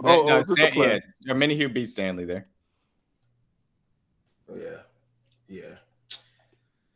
You can't let that happen. But also, I don't know if Lamar got to feel that or what. I don't know. Let me see. What do you think about that, D-Mac? Lamar got to feel that? No. Hold on. Nah. That's crazy. I mean, that's a crazy. He stepped up in the pocket. He gotta feel that. You gotta feel that. He do. He stepped up in the pocket. You guys had to know that Stanley gave him enough time to either get the ball off or escape. So he did. You can say that that's on the quarterback's clock there. Yeah. Do linemen be saying shit to niggas? Like, do niggas be like, hey, watch out, bro? Yeah, fact. He had an open lane to run for sure. Like you all them linebackers are in coverage. niggas Them get beat linebackers like, are hey, Lamar, eliminated. watch out. Yeah, that's bad. I ain't gonna lie. That's bad. That's bad. That's bad. That's a small motherfucker right there. What did they do in the draft? The pick ain't happened yet. Fag. Nah, Give it to him again. Wait, D-Max, y'all didn't score the whole second half? Nah, we didn't. We got our 17 in the first half. Yeah, y'all didn't score. Yeah, y'all didn't even score in the fucking. And that's second terrible half on whose and part? a half Hello, of the, who's that second terrible quarter. part on? Yep. The defense did their job, man. I ain't gonna lie. Defense did their job. And whose fault is that, Hello? Why the Ravens ain't scoring no points? Same way they did it all year long. Lamar Jackson, bro. Yep. Bro. But niggas will say it's everybody else's fault but his. How many times we ran the ball in that game? How many? Blame don't fall on the and leader. Lamar got the power to change that shit. I already told y'all where the blame. Lamar got the power to change where the blame go for me, bro. Offensive coordinator. If that's Tom Brady would change that shit. You got the power to. That's a good stop. That was a big stop. That was a hell of a stop, bro. I don't even know how the fuck they. Kyle Hamilton's in there when making niggas that be play. stopping niggas from getting 1 yard, like bro. Kyle Hamilton do everything, bro. Bro, stop it, bro. He literally do everything. That was OC. He do. I ain't gonna lie. He not better in the running game than my guy, but you know what I mean, he a better corner. He a better safety though. Bro, Kyle Hamilton's better than Kyle Becker, bro. Jabril Peppers, he's not better in the run game. Quote, you see how I said the run game? No, he's not better in the run game than Jabril, bro. Jabril is really a demon. Chris Jones. You got it, Cody. Kyle Hamilton better. You're better though. I mean, I'll tell you that 10 times out of 10. Nigga, I'd kill for Kyle Hamilton. That was a wild play. He just smacked the shit out of him. Kyle Hamilton behind Christian Gonzalez, niggas wouldn't even like, bro. That should have been insane. And niggas like Shaggy don't think that's a flag. Okay. Rough in the pass. Nigga, fucking killed, bro. Look at this shit. If the Eagles didn't take Jordan, why did you hit him like that? Then he fell on him. Shit. If the Eagles didn't take Jordan, he would have Jordan. Wow, I was like, damn. That nigga done fell on him, bro. Damn, god damn. Y'all still don't have an answer for 87. Was that zone? That's gonna be Lamar Mark this year. Yes. Nigga. It's not. Lamar Mark, the way it is. What do you mean? Lamar Mark always cook. But he really gonna go get that first, bro. Literally. He gonna go get that. You want to go bet on yards? I like Kelsey. He always moves. Like he just always. Not Lamar. Fucking Andrews. You know who was a quarterback that always used to move to a little bit when we used to play Big Ben? Always when we tell you still bro, Big Ben always moves. Get out of there. I'm still mad at this penalty because that should have been a fucking. Oh my god, bro! Hey, what was this? I'm still mad at this penalty, man. No. Yeah. Holding. Oh my god. Because they called it on the wrong person. They could have at least got the right person for it. Because Trey did not hold it. Holding. Damn, I know he's sick about that. Guess what? I'm always seeing 15 and 87. God damn. What number 14? Y'all didn't kick a field goal right here? Or y'all missed it? He made it. He probably made it. We made it. Yeah, we made it. We made it. We got the best kicker in the league. I think when Zay Flowers fumble coming up. Ooh, best kicker in the league. We'd have been down 3 points, bro. And they got the ball started half. Yeah, so I'm fake confused. Now it's 10 minutes in this bit. Hey, Justin. Did y'all go 3 and out or something? We went 3 and out that fast, D-Mac? Or did y'all have the ball started half? I think y'all might have gone 3 and out that first. Damn. Look at that. Number 87 again. God damn. What number 14 at? Number 14 ain't go check that nigga? Nigga, I got 32-0. Hey, I was gonna ask the same thing. Why they ain't put Kyle? Like, come on, bro. They did that in the first half. But what they did in the first half, and obviously we were able to more exploit it from that standpoint. So they changed up their game plan in the second half, and it was a lot better. They went to a little bit more fire zone looks to get some pressure, get the ball out of Mahomes' hands, because them matching it one-on-one wasn't working. Niggas went away from a run game in one half of football. Shit is sad. A bunch of Lamar dropping backs. Yeah, y'all did not running the ball. I think we ran the ball 6 times that game. Bro, Juice was in here the other day, nigga. Like realize he was Z-Farm, bro. I forgot. Oh, you was in here, but you wasn't talking. Motherfucking Juice and Z-Farm were like going at it, bro. Juice mad as shit. Y'all ain't run the ball. Z-Farm like, bro. Z-Farm trying to tell some analytical shit. Like, bro, I guess you were here. You just weren't talking. Me and Juice were having a conversation, and then him and Z-Farm. But D-Man had to watch out real quick. Let the Ravens fans have a little intermission. Yeah, I was like, we got strapped. I ain't gonna lie, that nigga Justin Reed, bro. Like, damn. This was a hell of a game, bro. Like this was a hell of a game. Nah, it was though. Watching this shit live, this was a hell of a game, bro. It was. This stressful how as fuck, AFC dog. supposed to be. I ain't gonna hold it. Not necessarily. It's either gonna I'm not gonna lie to y'all. I immediately rolled up right after this because I need to de-stress. Because I'm about to say, I know you was. Oh my god, he could have kept it going. Hold on. Go back. Hold on. He could have kept it going up on the sideline, stiff arm. Look at this, boom, cut in, cut back out, switch ball hands. He finished NCAA 25. No, bro, he supposed to switch the ball hands, bro, and stiff arm. Oh yeah, that was the taunting. Oh, remember that was the he got taunted for that? Yes, yeah, that was. Oh, look, he did just push him down on the ground. He supposed to switch hands, boom, stiff arm. Oh yeah, he should have kept going on that left side. Like, come on, bro. I don't know why he cut back right. That ain't make no sense.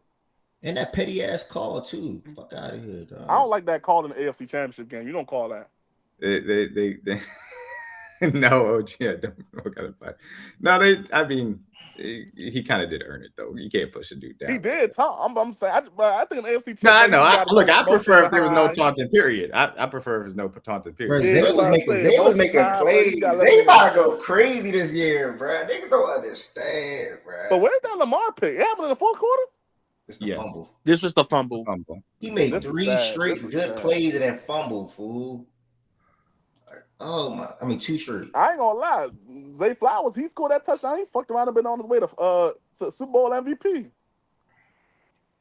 This nigga about to be the best Ravens wide receiver we drafted, bro.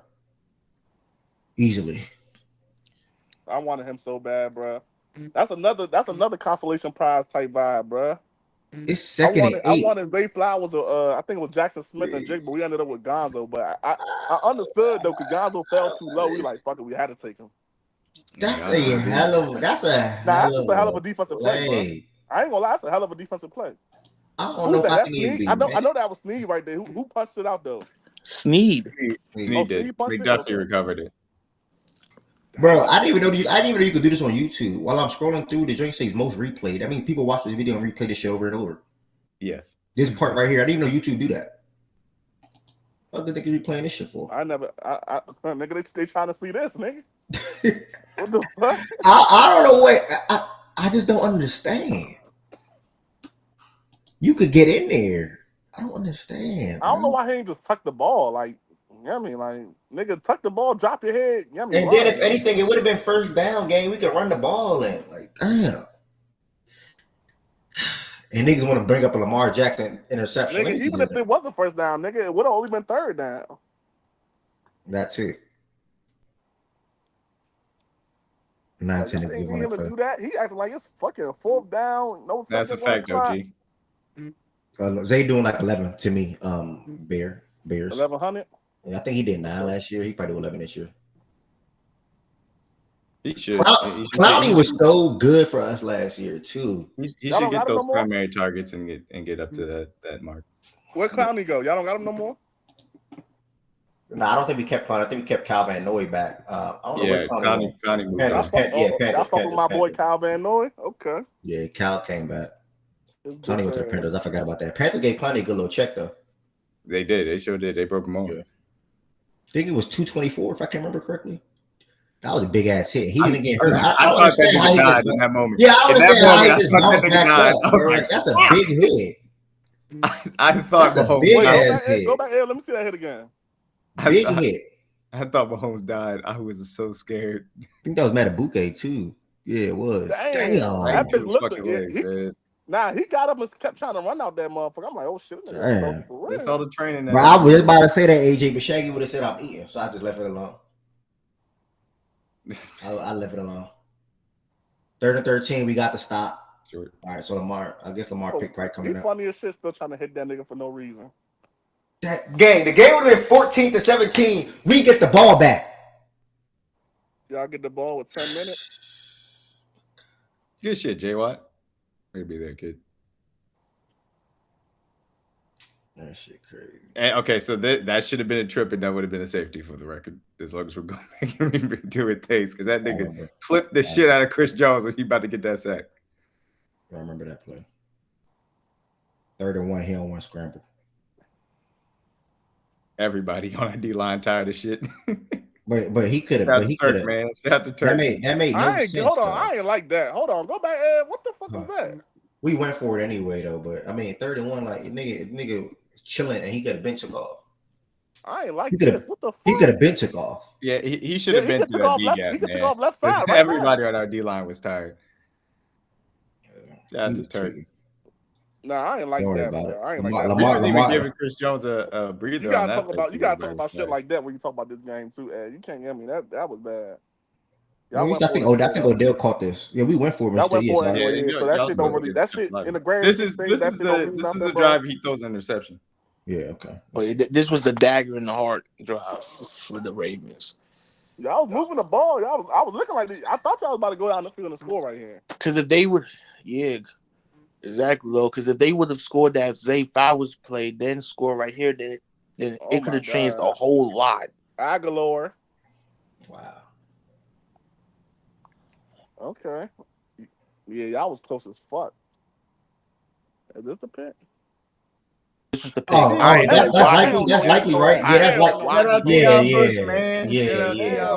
I don't know why. He just threw that to 3 red and white jerseys. Yeah, I remember. And then he had fucking. Pause that joint. He had right there, F.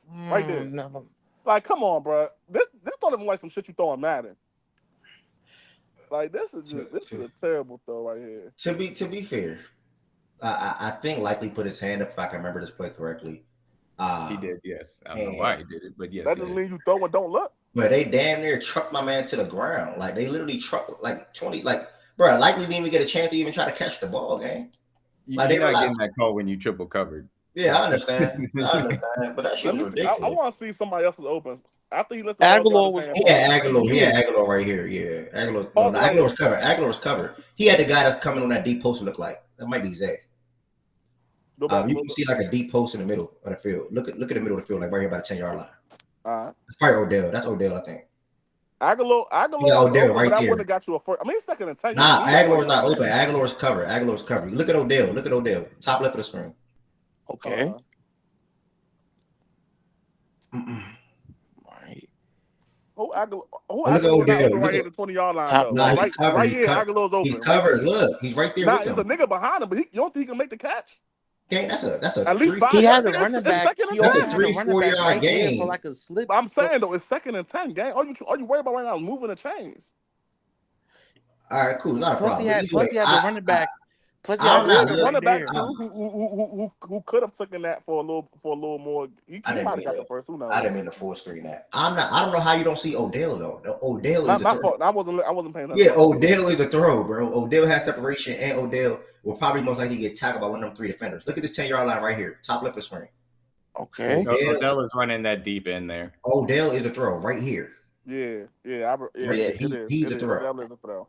I don't know what the fuck he threw that for. He probably wouldn't have scored though. I don't think he would have. He probably would have got tackled. Y'all don't need to score right there. Y'all just need to move the chains. Yeah. And y'all had time. So even if y'all didn't get a score, y'all still could have took the field goal.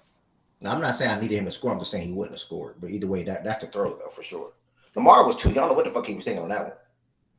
He saw likely hand go up and he went with it and he was trying to be a pocket quarterback this game. I don't understand why. Then we ended up getting another stop, but we had 2 straight stops in this game. Yeah, if y'all had at least got 3 right there, this shit would have made more sense. Then they was on. That's crazy. You think they scored for a whole half of football, nor did we. Y'all haven't scored since the first quarter, did y'all? It's like these niggas, bro. You make one mistake, bro, and that shit gonna cost you the fucking game too, bro. These niggas be out there, man. Nah, I'm not saying that like that. Like he fanned out. Bro, that's the truth though. He a Bengals fan saying that. Like, no, but it's the truth though. Like, but the Ravens made more than one mistake in this game though.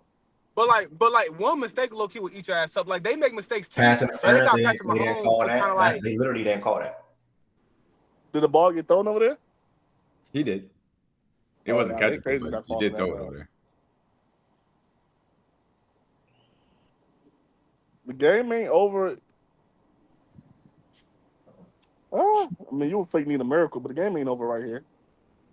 So, with Lamar Jackson, like moving on forward with his career, like do you like? Because my thing with Lamar Jackson is he gonna continue to keep running the ball. I mean, of course I got Derrick Henry in the back to kind of like take some pressure off him, but do y'all want him to continue kind of run the ball, or y'all want him to turn into a pocket passer? I want you to. One, he And lost. this was the Oh dagger. my, that's the game. Yup, that's the Speaking of game. Marlo, he dropped some. That's Marlo. Outside of Marlo, no, outside of Marlo, Mahomes. I said Mahomes. Lamar dropped some pounds. He shed some weight this year to be more elusive. Who got roasted on that last play like that though? With that, Arthur Marlo, whatever his name is. That's and the fact that it was the fact that it was MVS that called it made it even worse. He shed some weight this year to be more elusive, faster, whatever. Get back to how he was in 2019. So 2020. I don't mind Lamar running the ball, bro. I just also want him to get guys involved on the outside, which he also tends to do. So, Zay Flowers was a blessing. And hopefully Rashad Bateman can be a blessing this year coming up with him being finally healthy, going to the training camp, and then Mark Andrews and Lively. And then whatever you can get from Devontae and Aguilar, you got to accept it as guys that will be like 5th or 6th as far as options, on the down and down. But no, that's wrong. That's the wrong statement. But y'all get what I'm saying. And yardage on the season, let me say that. Likely, Bears, likely. Not Lively, likely. You just came here today, Bears. Bears, you're a Bears fan. Who are you? How did you factor into that playback one?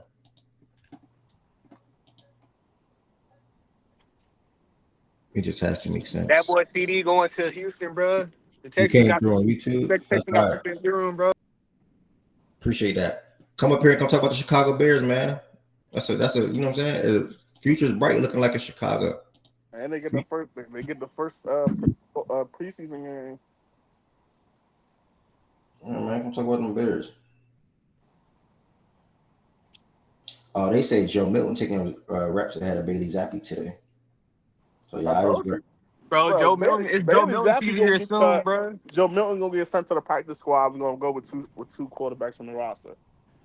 Hey, but I was gonna ask you, like, how you feel about Jacoby Brissett starting over Drake May? I know they trying to throw him out there in the fire, but still, though, I feel like Jacoby Brissett already a pro, bro. He already has professional experience, bro. He's a good quarterback. But you don't want your quarterback to go out there and kind of like. Honestly, bro, I know the way the Patriots work, bro.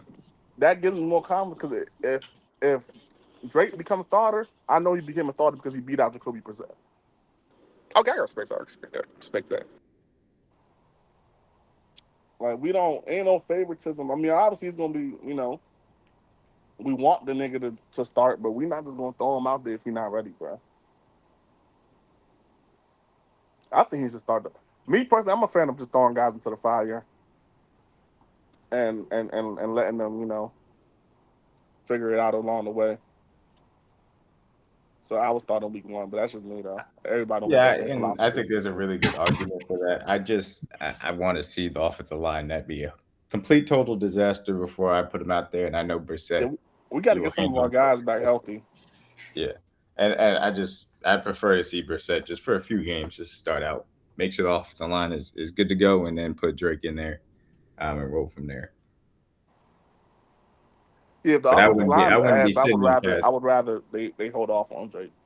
Yeah, I wouldn't be sitting him anywhere past like midpoint of the season though. He got to get at least a half season under his belt. Yeah, I agree. But then again, it's not like Drake has like a small fragile build. Like it's not like we got Kyler Murray out there or something. Like, no, not at all. He's not a small dude. Yeah, Drake could probably take. He could probably, It's not even it's not even necessarily about taking the hits though. It's more so just the mentality of it and making sure that you are prepared from a mental standpoint to deal with that. Because that shell shock shit can get you. We seen it with Zach Wilson. Man, Sam Darnold. They hold my boy Zach, bro. They hold my boy Zach. But I look, he got Zach Wilson out there seeing ghosts. But I look, he got the Patriots like sitting third and third in the division. Third in the division. You got at 4th. Yes, but okay. So who I got at 4th? Bro, the Patriots be last in the division again, bro. No, hell no, hold on. Okay. the thing about like what the Patriots will make them kind of like an interesting situation. It's like Bill Belichick not there. It's a whole different like system, like because it's like the unpredict. Like you don't know what these niggas gonna throw at you. Obviously, you know what their defense gonna be, but their offense is kind of like okay, we gonna have to find out what they are. Obviously, they're gonna have to gel and they gonna have to come together and all that shit. But like, I don't just see them being flat out sorry. They're not gonna be like 4-12 or like. The most I've seen them going is like maybe I don't know what's how the record look like 6-11 maybe, but like who I got last though. You said And the it's most not even. TCS going is 6-11. I really do. I think y'all did actually like go out there and win games, especially with the division y'all got too. Like, So you mean the least? The least, yeah. But who I got last though, and I think people gonna be surprised when I say this. I think the Dolphins low key. I don't think they're gonna be what they was last year because people already got the tapes already out there like for how to defend them and how to stop them. But they're not gonna be that team that's like out here just blowing teams out the water and all that. I think but I think they're gonna be last, bro. No, I mean, the issue is this. Go ahead. People said that going into last year too, Exactly. and that McDaniel was able to adjust accordingly. I expect the same thing to happen. I think they got too much talent to finish last, but I do think they're going to take a significant step back because they've lost some offensive line pieces. They've lost defensive line pieces. Obviously, Christian Wilkins isn't there anymore, so I'm very interested to see what they're able to do. But I would have them take a step back, but I don't think the Patriots are ready to take over third in the division though. So y'all think the Jets win on the division? 'Cause I know y'all don't think. I'm pretty sure y'all don't think the Bills winning that. No, I got the Jets and the Bills winning it. I think the Bills are not to be totally counted out. Nah, I was gonna say with the Bills though, the Bills are in an interesting situation too because I think Josh Allen gonna look take another leap though. I think this is the year where he kind of like another leap. So this is an MVP season for Josh to you. I really do think so. If he don't start throwing them, because if we want to be real, Josh Allen was supposed to really win the MVP. I didn't even say anything bad about anybody. He's really supposed to win the MVP last year. And it's no like not to Lamar, but he was out there just bullshitting, throwing interception, and then of course the narratives wasn't looking too good. His team was losing, but Josh Allen had he like really like cut off on the turnovers. He really should have been the MVP last year, but. I think he's gonna take another lead, especially with Stephon Diggs not being there. And then you look, and like I don't know, because they got Keon Coleman, of course, and I forgot who. I don't know what their other two receivers. I'm not gonna lie to you, but the run game came pretty nicely last year. And I do have Joe Brady coming from LSU. You know what I'm saying, the Go Tigers. I think he's gonna take Josh Allen. He's gonna the season that Joe Burrow had in like the final season of 2019. I think he's gonna kind of like elevate Josh Allen to like another ascension because Josh Allen really like Josh Allen really that dude. I know it's like fuck the Bills, but it's like bro, Josh Allen he's a good ass quarterback. And we really sleep on what that man can really become.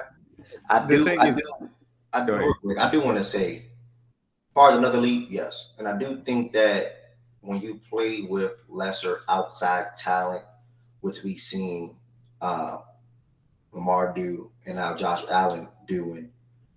You can get some favor when it comes to potentially winning it all this year. I mean, not winning it all, winning MVP. He's working with Keon, a rookie. He's working with MBS, obviously a vet. He's working with Shakir. I think he's going to year 3. And then I guess guys like Mac Hollins and shit like that. So, like you said, the running game did come on last year. That was something that most people did not see, or a lot of in Buffalo with Devin Singletary and and whoever else.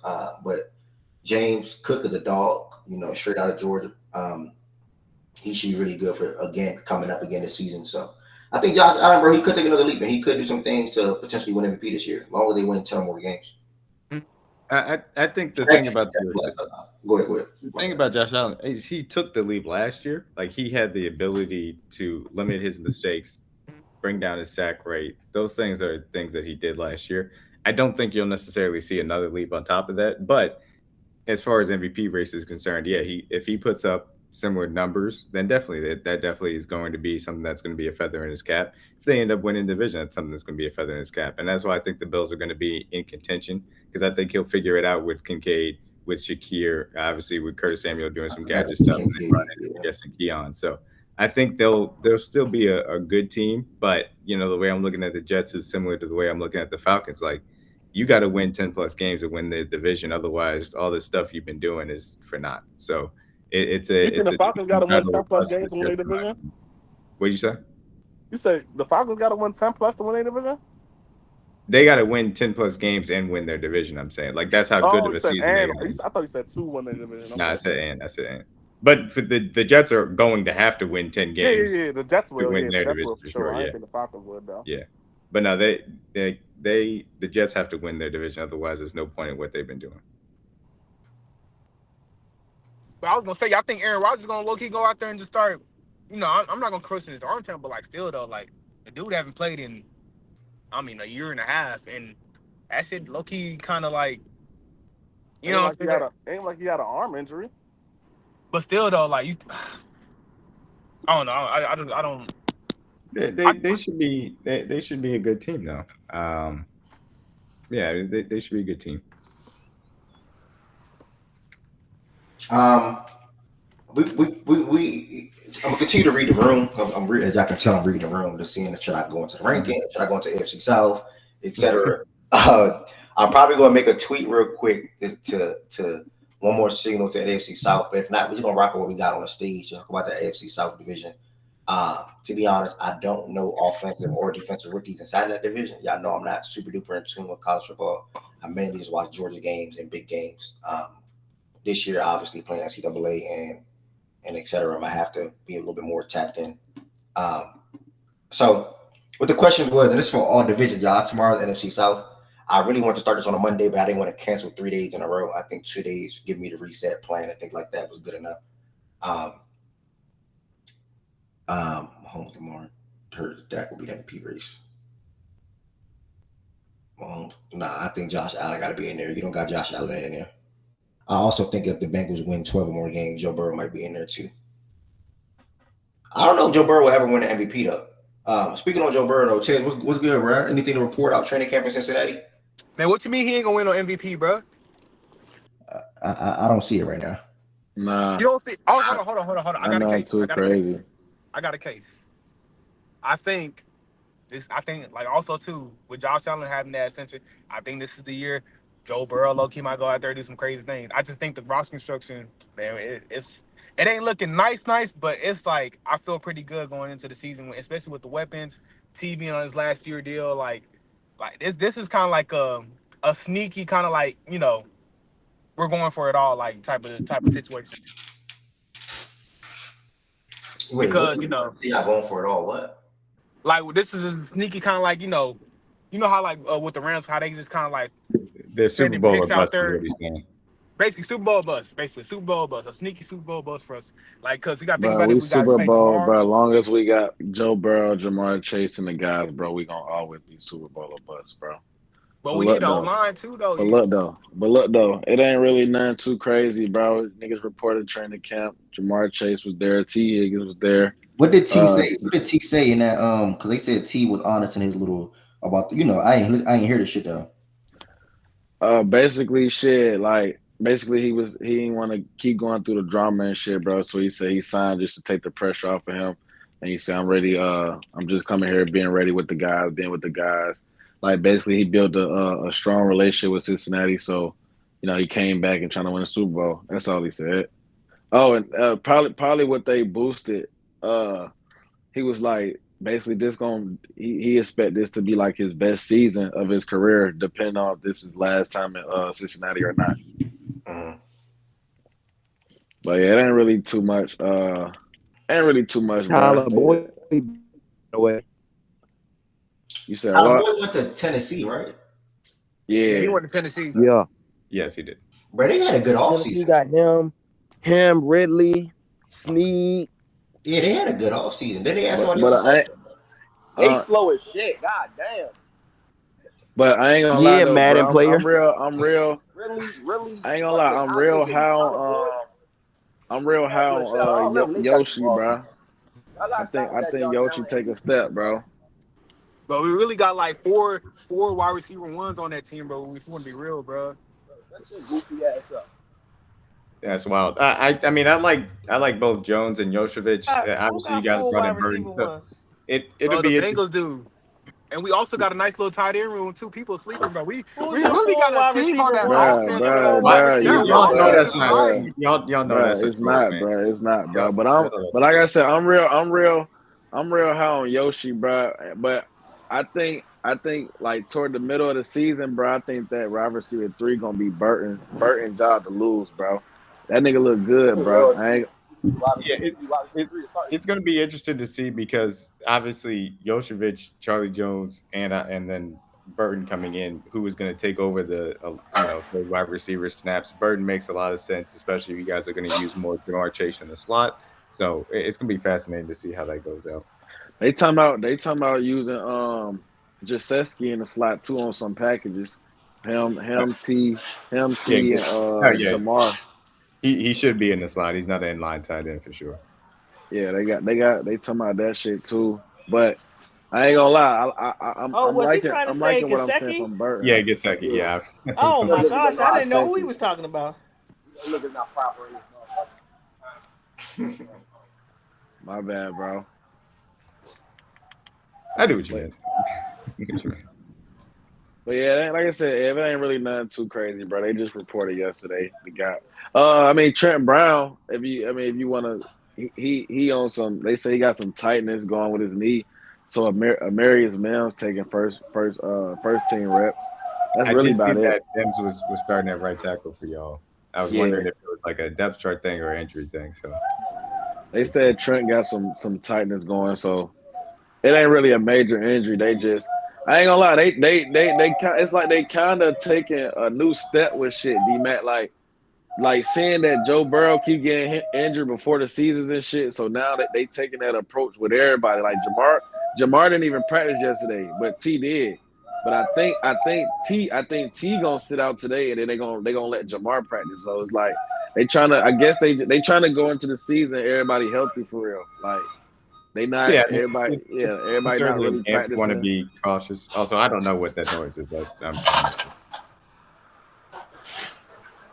Yeah, so I mean, I ain't gonna lie. I like what they doing, bro. I like what they doing. And then they said, this something that we ain't did since we drafted Joe Burrow. They finally finna let these niggas play in their preseason games. That should never happen. And that's why we always starting off so goddamn slow.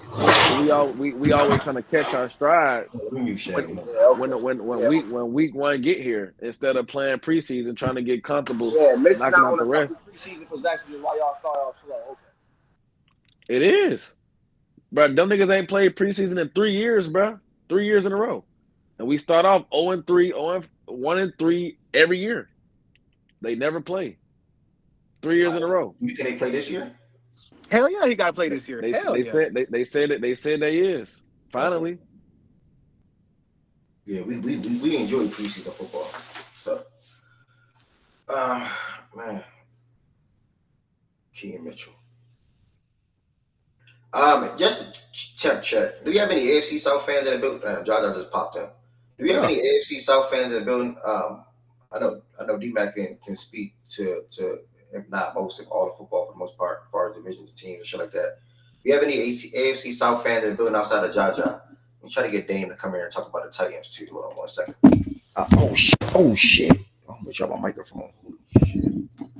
Damn. I got Dame as a Titans fan. Bro, go to fuck ass. Yeah, right here, bro. Jets, Titans fan. AFC South. Who you fan? You not a fan of nobody in there?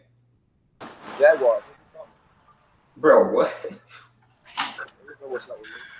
Bro. Jaguars fan, man. Ask them niggas, ask Jaja Black. They know what's up. They know I'm repping my Jaguars, man. T-Law, man. Stop playing. They know what's up. Be back. I'd be happy to talk about my love for the Indianapolis Colts this year.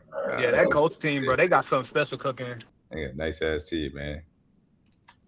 1 second, let me send this out to the chat. There's any AFC South fans in here? Pull up and let's check.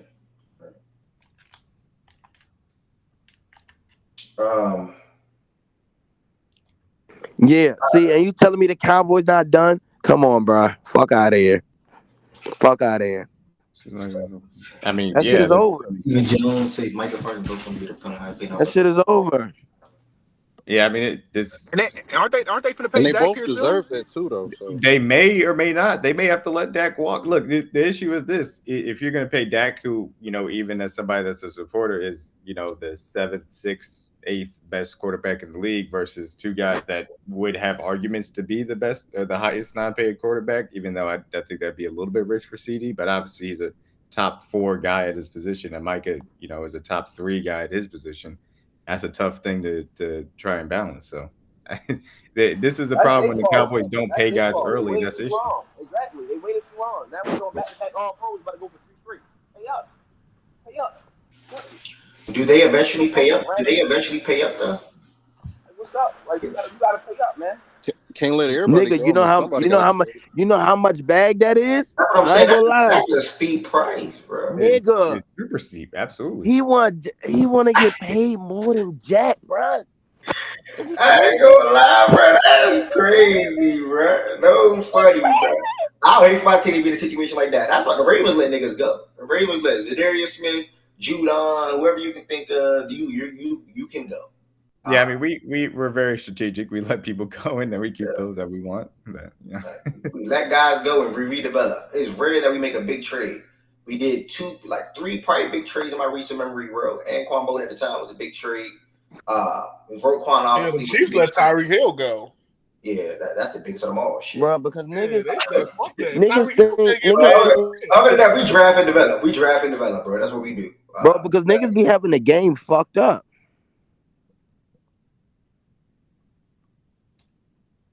Okay, yeah. Yeah, man. Man, you gotta love sports because I keep. This is literally on my screen. Y'all can't see it, but I'm literally reading shit over and over. What does COO mean, by the way? Chief Operating Officer. Okay, thank you. Stephen Jones wants Michael Parsons and CeeDee both become the highest paid non-quarterback in football, which would be over $35 million per person. At Michael's position, who's making the most money? Is that TJ Watt? Myles Garrett, I think. Garrett? It's Myles Garrett, I think. What's Garrett at per year? 32. Google is in front of you, brother. Garrett is at 32 per year? Stop fucking playing with him. But no, no. Wait. I might have made that up. I could be wrong. I was about to say, bro, that's not yet. Hold on, time out. This between TJ Miles or Bosa. I think Bosa, because Bosa got like a 50 mil cap hit. And well, so Myles Garrett is at 25 right now. Okay. Give me 1 second. I'll look up what the leaderboard is. All right. It got to be Bosa, right? It might be because he just compared. Bosa, Miles, TJ. Just get his money. It is Bosa at 34. And Shit. Brian Burns God just came in. damn. 34 per year? So Bosa's at 34, and then Josh Allen is 28. Brian Burns is at 28, and TJ Watt is at 28. Nigga, what? Michael want 35? You niggas is high, bro. Michael niggas is high. Yeah, good luck, bro. I don't know who y'all think Michael Parsons is, but he ain't that. Sorry. Bro. He ain't getting that from me. Nah, I'd give him the Josh Allen money pretty easily. I don't know if I could give him 30, 35. Yeah, no, like, come on, D-Mac. He ain't no motherfucking Myles Garrett. He ain't no TJ Watt either. Nick Bosa, I don't know what the fuck he was doing last year, but he ain't damn sure ain't no fucking TJ Watt. I tell you that for sure. That's a game changer right there. That's a nigga right there you give a blank check to. Isn't that also a function of how Michael Parsons was being used? To an extent, absolutely. I personally, I would have no issue. Like, I think that he's as good as TJ Watt or Josh Allen. I wouldn't take him over Myles Garrett personally. He not as good. We didn't start yet, Black. We about to start, Black. We didn't start yet. Yeah, it's tough, but it's just the Cowboys decide to wait on these things, and then it comes back to bite them when these guys rightfully ask to get paid. Who did I have missing like in general? I don't. Like, is there a division you talk about, Bray, specifically? But yeah, I mean, look, you got to pay. I can give you that list in a second. The Dolphins are one team, obviously, because we went through them. I don't think that they made it back.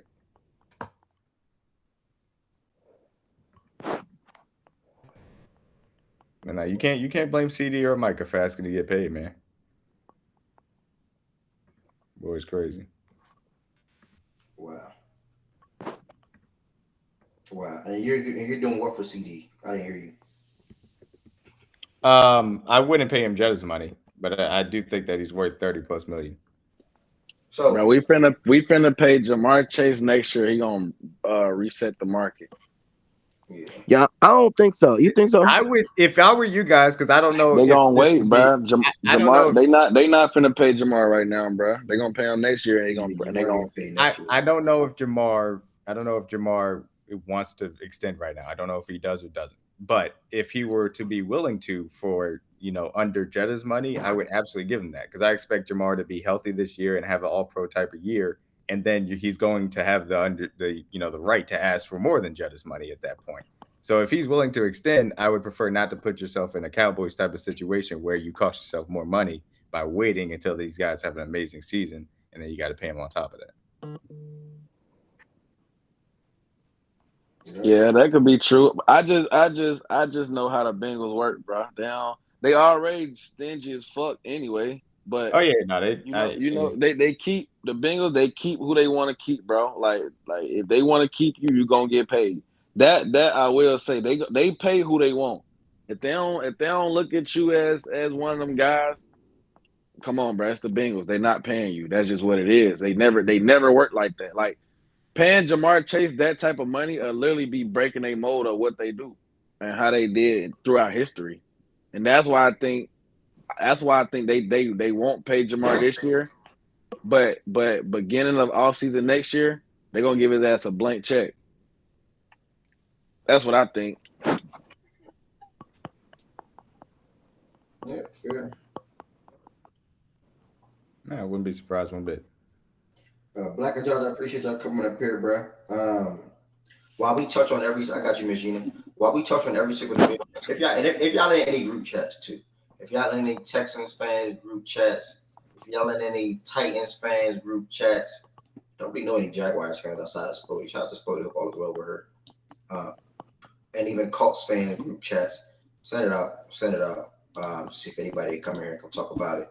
I really feel like this is something I should start in the beginning of a week. We were gonna know what's coming, but I know I looked at the schedule and I'm like, it's not going to make sense for me not to start today because it's 8 different divisions, and preseason football is literally on the horizon really fast. So I wanted to get these division talks out of the way real quick. Reading the room does not look like this is the ranking day, so we're going to bypass the ranking on the linebackers or defensive tackles at the moment. And I'm gonna just go through the whole room. Honestly, and I appreciate the ones that's on the stage. If anybody else that wants to come on the stage and take part in the conversation, that'd be great too. But I do like the crowd that's up there right now. And Ted, BJ, Shaggy, Low, D-Mac, Josiah, Ja, and then Black coming in as 2 Titan fans. So if anybody else want to take part, that's cool too. But the question is, last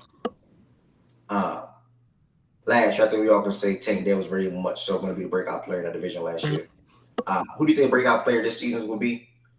I personally don't know if I'm going to be listening to y'all on this one. Who do y'all think is going to be the best offensive rookie in that division and the best defensive rookie in that division? And then, what's my last? I got to find the 2 y'all. Division winner, breakout player, best offensive and defensive rookie. And we'll go from there. Also, with the division winner, tell me who you think will be last in Division 2. So that's how we're going to start it off, bro. I'm going to start off with one Texans fan at the bottom, and I'm going to jump to the top with Tez, and then I'm going to go around the room like that. So Black is the last person on my screen. But I'm going to go Jaja because I know Jaja might be on the time crunch. Jaja. Houston Texans, man, we stop in there in the AFC South. You know, guys, obviously last year, you guys had a hell of a season. Surprised a lot of folks. You came here, and one thing about you came here and you stood on business from day one. 1 behind CJ Stroud, 2 also behind the team. I think you came here last year, predicted 9 wins. I could be wrong. I think it was somewhere in that ballpark. Yeah, you're right. It was 9. And people were like, huh, nigga, what? 9 wins, you know what I'm saying? And y'all did 10. You know, y'all went 10-7 last year. How he stand on business for a nigga he didn't want? Wait, what? What if I do with the record? Wait. I don't know about that. You ain't with CJ Jaja? Wait, huh? Who said that lie? What? You was in here talking Bryce Young, bro. Don't forget. I said I would have Bryce Young over him, but I'm not. But I'm cool with both. Hey, Em, you see what's going on, gang? Come on, man. You just lied. Like, what the Come on, man. Come on, man. Y'all niggas, y'all niggas funny, bro. I understand it though. Look, y'all. I want to add my Ohio State bias to it. Bro, you got too much respect for a nigga who didn't even bring you a college championship. Get off his nuts. Damn.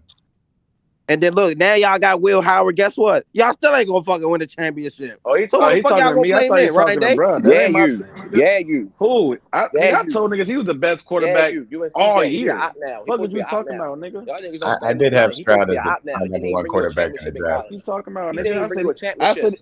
said he was the didn't even bring a best quarterback championship. He never all even beat year, Michigan. nigga. He didn't All even beat year. Michigan. Get What up, you man. He talking don't play about, for your nigga? team right now, man. Let that shit go, nigga. What you talking about, nigga? Niggas got the Ryan, Texans stamped over y'all, and you still rooting for this guy. Get out of here. it's Ryan Day fault, bro. Niggas got the guys got the Texans stamped over the Bengals, and you still rooting for this guy. You still going Who crazy. said I He was didn't rooting even for bring him? you a What, bro? What are natty. you talking I about? will understand. Did you I will did understand you if he just hear brought you a anything I natty, bro. said, bro? You just want to I will talk. understand You if just he want to brought you a talk, bro. natty. You just He want to didn't talk, even bro. deliver a natty, and You you just be want to going talk, hard. bro. And everybody has the Texans over the Bengals.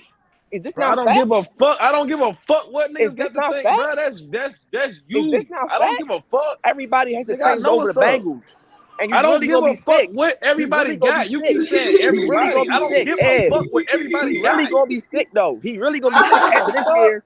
After this year, they're gonna have Stroud over Burrow. I promise you they are. After this year, he really gonna be sick. And that'll never Come on, man. happen. And that'll never happen. What are you talking about? Y'all terrible. He be talking like this man brought him a natty, bro. Like he's an op now. Do you not What you understand talking that? about, bro? He's an op now. Bro, come on, Do you Ted. not I'm not understand letting you that? do that either. Niggas gonna if Stroud ball out this year Yeah, they are. and don't hit no wall. Come on, bro. There is a world that does happen. I do. Come on, bro. D-Mac Niggas already already got don't respect Joe That'll Burrow, happen, bro. bro. right now. I was about to say they don't respect Joe Burrow right now. Come on. But that's different. I already know That doesn't that. mean that you don't respect a guy. That means that Nah, like, D-Mac. Niggas, they don't, bro. People, not even gonna say in here, people in general don't even respect Joe Burrow for real. I respect him. I think he's a hell of a quarterback. Yeah, my 9-wins prediction came after CJ was on this team, so of course I had to rock my quarterback, obviously. But a part of the Y'all reason why I niggas had funny, 9 wins bro. was because I had anticipated I laugh the in team here go. every day. Good show. Hey, I appreciate that, bro, man. Y'all funny as hell, dog. Look, I ain't gonna hold you though, Ted. Shaq, you right, bro. One more season. If Burrow don't go crazy this year, some and CJ have a good year, but they're gonna be saying CJ better than Burrow, gang. I ain't gonna lie. Bro, what season has Joe Burrow not? Never mind, bro. Never mind. Y'all got it, bro. That ain't the point. Y'all got it, bro. I told you. I laugh in here every day, bro. Good show. Right. So what was your question now? Like, I don't. Nah, man. Ted and Shaggy had me dying, bro. Yeah, man. I'm doing the introduction to the AFC South. You guys won it last year. But speaking to last year, you guys also had 3 different teams with 9 or more games. Whenever you have an output like that outside of the NFC South, which didn't happen in, but the division is typically competitive. AFC North, for an example, had 4 teams with 9 or more games. So obviously that's a competitive division. And a lot of people are expecting you guys to be competitive this year with the worst team you guys division last year, the Titans. They did a lot of, I got you, Black. They did a lot of off-season acquisitions to pencil themselves to want to be a little better than what they were last year, obviously relying on Will Levis getting better. So my question to you is, in the whole division, who do you think will be the breakout player? Also, who do you think will be the best offensive and defensive rookie in the division if you know? I know that's a tough question. So if you can't answer for the whole division, just answer for your team. And then do you expect you guys to win the division again? And just talk about anything that you expect for you guys coming up. Yeah. As far as a breakout player, I had to give a minute because I'm thinking about like every division, like every team in the division here. Because like for example, like even with our players like being like particularly like young, there's guys because for example, Will Levis going to his second year, he can have a really great season under the Callahan, the coach, because of course the Bengals offense is over there now, so I'm expecting them to have better season next year. Not enough to actually like to beat us, of course, but to actually to improve on this sophomore campaign because from his standpoint, he played better than a lot of people expected because Will Levis he was a joke in the draft and and before it was hype earlier on, but he went where he should have gone was in the second round, and him being in Tennessee was actually something that I wasn't really concerned about, but then I did see him come out and have a good game against Atlanta. So there is something there with him, of course. Obviously, this consistency with him, but that's one player in the division that could break out the most as far as impact on his team because, of course, he's the quarterback. So for that team to go nowhere, he's going to have a better season, of course. Okay. You said so. Will Levis was your breakout player.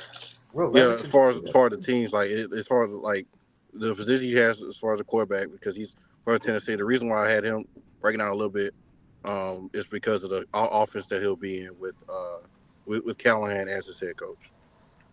I like that. Will Levis breakout player inside that division. Do you know? You're tapping the college football? Do you know about offensive and defensive rookies in this division in particular? Yeah, offensive defensive rookies. The one name I keep hearing is Latu for the Colts. Came out of UCLA, plays edge. So his name has been high as far as near the top for defensive rookie year. So if he has a good rookie season, it wouldn't surprise me. Okay. What about offensive side? Have you got any? Yeah, offensive side. Let's see here, because we got last for the corner, but I don't think defense wise, I don't think big enough name yet either. But the one flashy name is Adonai Mitchell there, but it all depends on ourselves. So if he's he went to Indy, right? Yeah, Indy. Yeah. Yes. Like pick 30 something. I think when he went late first or early second, right? Second. Second, yeah. Second. Mid second. Really. Mid second, okay. Yeah. That's somebody else coming up. Let's see. Hopefully this is Dame. Yeah, the reason why I didn't name a lot of my players is because the only high pick is Kamari Lassiter. So I'm pretty sure you're familiar with him with rooting for him for Georgia. But he do not know who that is. I heard the way Jaja said that. But you don't know who Lassiter is? Yes, that's the corner. Okay. Bro, Jaja, don't listen to them when they say I don't know players from Georgia, bro. They think I'm a fake fan, bro. I messed up one time. I messed up one time, and I knew who Jalen Carter was. I messed up one time, and I knew who he was, bro. It was 7:00 in the morning. My shift used to be 4 p.m., bro. I was tired as shit when Shaggy asked me that question at 6:00 in the morning, bro. I fucked up. That's the only time I didn't ask you a question. You asked me. That's the only time I messed up. That's the only time I messed up. But come on now, bro. At the end of the day, Chaz though, news in the chat though, right? You sure Chase don't want to get paid this offseason game? No, he didn't. He didn't say that he didn't. He just said he doesn't expect to. Okay. Yeah. Wait, Justin, was you in the chat at that time? You said what? No, I don't think so. Nah, he wasn't in there. That was like 2 years ago. Yeah, that's damn. That was prime chat. Year. Oh my god, that was definitely prime sports chat. Yeah. Justin is in that chat now. Y'all niggas did anything in that chat. Y'all turned that motherfucker. Nigga, that's not even the chat no more. Nah, I ain't saying you a part of the anything part. I'm just saying like damn. I'm just saying who ain't. I'm just saying you trying to bash something that you created. You're trying to bash something that you created. You was in there when Justin was in there. How long was that? Yeah, that could have been too long though. I don't fucking know. And I thought you let the legs destroy the chat. I ain't gonna say what started it, but you know. What you talking about? Bro, we know what started it, bro. Yeah, okay. Y'all niggas earned. That's all I'm saying. It's funny when you look at from come on, man. To now, come on, man. It's crazy. And another name is BTJ for the Jags. If he can catch better than Calvin, he's gonna have a decent season. Brian Thomas, damn. Yeah, so he's my personal offensive rookie guy because he fits exactly what the Jags need as far as a vertical threat. In a lot of ways, the lack of explosiveness from Calvin, what Brian brings to the table, and also why they signed Gabe Davis, but Gabe Davis isn't as reliable. Brian Thomas Jr. legitimate first-round wide receiver quality. I think he's going to have a damn good season. Go to the schedule. Yeah. The Jacksonville Jaguars have a plethora of mid-weapons. They got Devin Duvernay. Kirk is a really good wide receiver. They got Devin Duvernay. You know that? That's great. They got cinder block, man. That's mid, and so is Gabe Davis. But Brian Thomas Jr. and Kirk, those two guys will get the job done. And obviously, Ingram's a solid target too.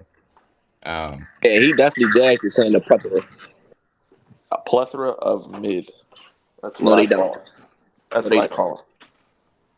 Free my boy T-Law, man. He shouldn't have signed that contract, but that's his doing. All right. Jaja, appreciate you starting this segment off, my brother. Sure. Z-Farm, welcome to the stage. So, Jaja, last thing, are you expecting y'all to go back to back? Yes, we should. If we don't, I'll just say right now, if we don't, it'll be a disappointment with what we did in free agency. So it'll be a missed opportunity if we don't do that at least. I have been seeing on my timeline of CJ and Diggs connections, obviously brewing and building. Nico is still looking like one of, if not the best wide receiver there too. So that's good for you guys. I wanted to ask you though, again, I know a lot of people have Super Bowl expectations. For sure, it's three people that's on the stage, that team that have yearly Super Bowl expectations for the last 3, 4, 5 years. That's the Ravens, Chiefs, and Bengals. What for you would be a successful season? Is it? I don't know if you have Super Bowl expectations for your team. I don't know. So I'm just asking. Like, for you, what's a successful season or a disappointment? Yeah, successful for me will be AFC Championship at least with roster we put together. And the reason why it's that level of urgency is because, as we can see, we have guys in the NFL want big money as far as receivers, as far as QBs, and there'll come a day where we'll have to pay Stingley, Will Anderson, and CJ all at the same time. So this is the window for us to try to get to this point, because as far as gathering talent, this will be the most talented team that we can get potentially to this point after next season, because everybody's particularly back after next season. Like outside of Diggs, since we made him like a 1-year deal, but we actually have like a 2-year window. So for this year, AFC Championship will probably be like would be like the successful season for me. Fair. Fair. Back to back in the division. If y'all don't win the division, my last question before I move off you, bro. If y'all don't win the division, who you think will win? If we don't, it would be goddamn. Because even with Coach Jackson, with toss up, but I would have to go Colts on this one. Shane Steichen's a really good coach. He can get the most out of AR. I mean, we seen what he did when AR wasn't there. Almost got his team to basically almost win a division. So if AR stay healthy, I can see them doing it. Okay. Thank you, brother. Greatly appreciate it. I know Black coming to Black shortly. Chaz, you got anything to say about the AFC South, bro? Like, who you got winning the division? You got a breakout player inside that division. I don't know if you know too much about offensive or defensive rookies in that division, but if so, anybody you want to comment on, shout out, anything like that, expected to perform? Not for real. I think Texas win it though, but if they don't, bro, I don't know if I want to have some faith in Trevor Lawrence, bro. I don't know, bro. He just got a check though, so maybe he feel kind of confident, maybe feel kind of up. So I'm gonna go Jags if it's not Texas. Jags, if not Texans, you going with Texans to win the division. Yeah. BJ, talk to me, brother. AFC South breakout player. Who you expecting to break out? BJ brother, are you there, brother? BJ is not there. Okay. Shaggy. I'm working on my way down. Shaggy, breakout player. Defensive rookies. Who you got winning division? Breakout player, Brian Thomas. He's a hell of a playmaker. So I got him winning the best rookie on offense. Defense, a lot too for the Colts. Winning the division, I don't know. It's 3-team race for me. Texans, Colts, and Jags. That Titan shit, they're gonna be fourth. They're gonna be fourth for sure. But that's 3-team. I think all 3 of them teams can win the division. It's gonna be 3-team race again. They all stay healthy. Especially the Colts. Colts stay healthy this year, and they're gonna be nice. Who's your defensive rookie? Latu. Oh, Latu. Is Brian Thomas a Latu gonna be everybody pick? Probably. I'll probably leave that question alone. But I think they were the two top players drafted to that division. And they should be because both of them is going to have bigger roles. So Oh yeah, more opportunity. AD went to the Colts, He but not in these talks. He not in these talks. I was about to say I don't know how niggas feel about AD though, but all right, D-Mac, AD should be the easy, well, at the very least, the third wide receiver in their 11 personnel. They really I need to agree, upgrade 100%. over Alec Pierce, so he'll help out there. I still think that Josh Johnson Pittman should out target him, but Yep. he would be good for them from that perspective. Yep. He gonna be good for them. Coach got a nice little offense, man. what you got about on the division, D-Mac? Same question to you, brother. Yeah, I mean, I agree with Shaggy. I think it's going to be a 3-team race. I think any one of these 3 teams can win the division. They're really good. Like the Titans made a lot of moves, but they're still not going to be a good team. Their offensive line. Right. Look at their schedule. Like look at the teams they beat last year.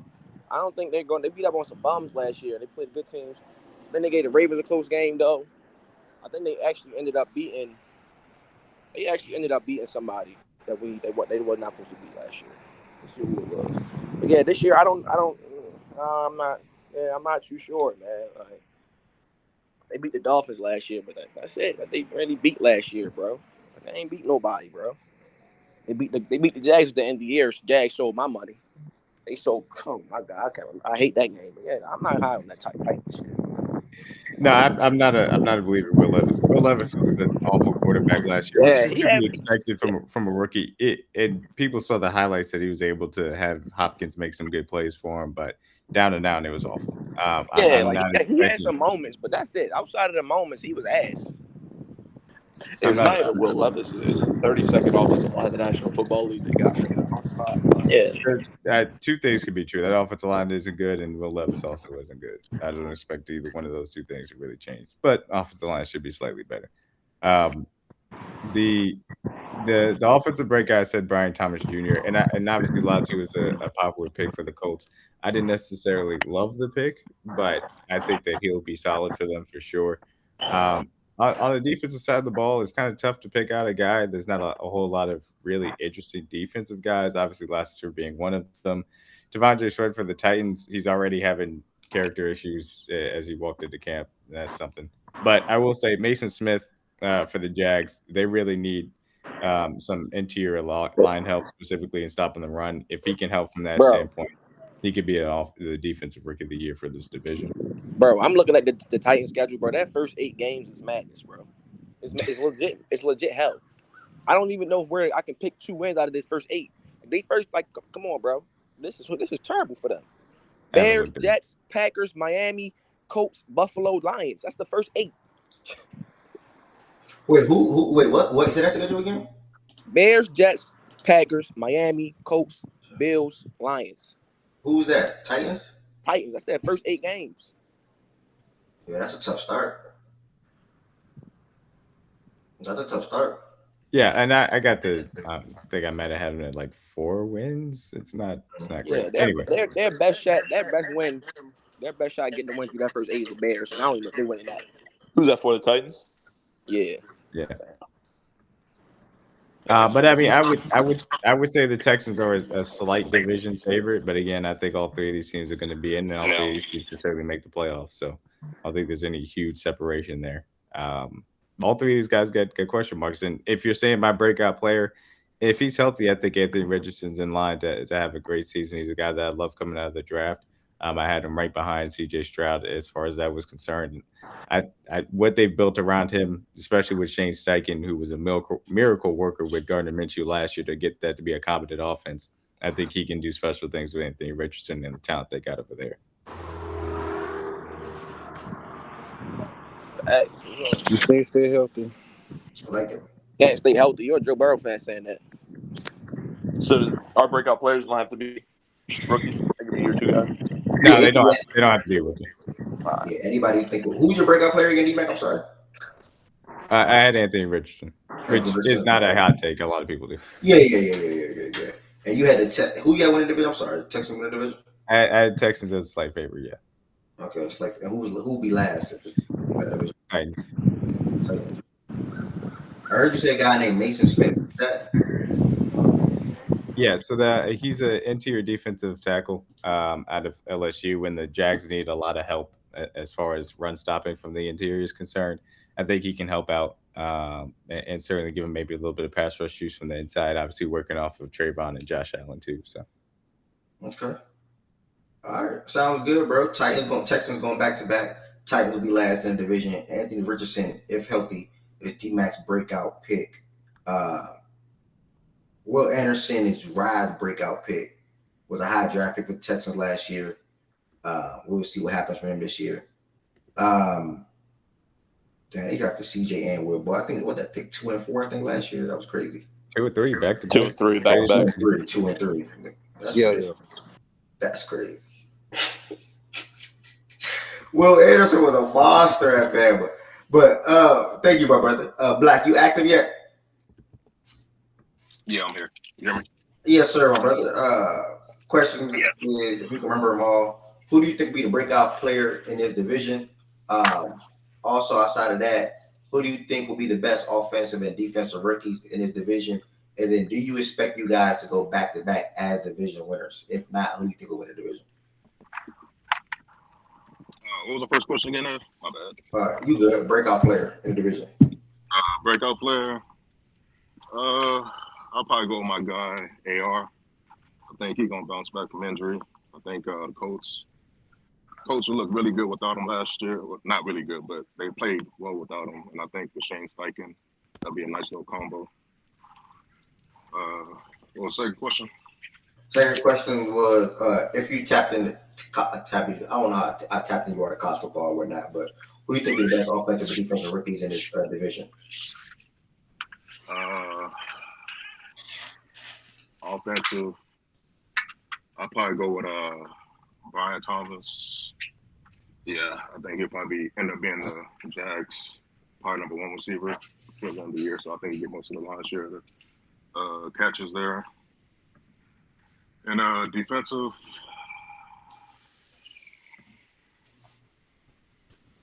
that's a good one. I don't know. I'll probably say, what was the kid that the coach drafted? The DM? Latu. Yeah, Latu would probably be my defensive pick. And then are you expecting you guys to win the division again? Yeah, I do think we'll win the division again. I think it'll be a close race with the Colts. I think us and the Colts probably the favorites to win the division. I definitely don't see the Jags doing shit this year. And $55 million. You can't finish top 2. Look at that pick ready.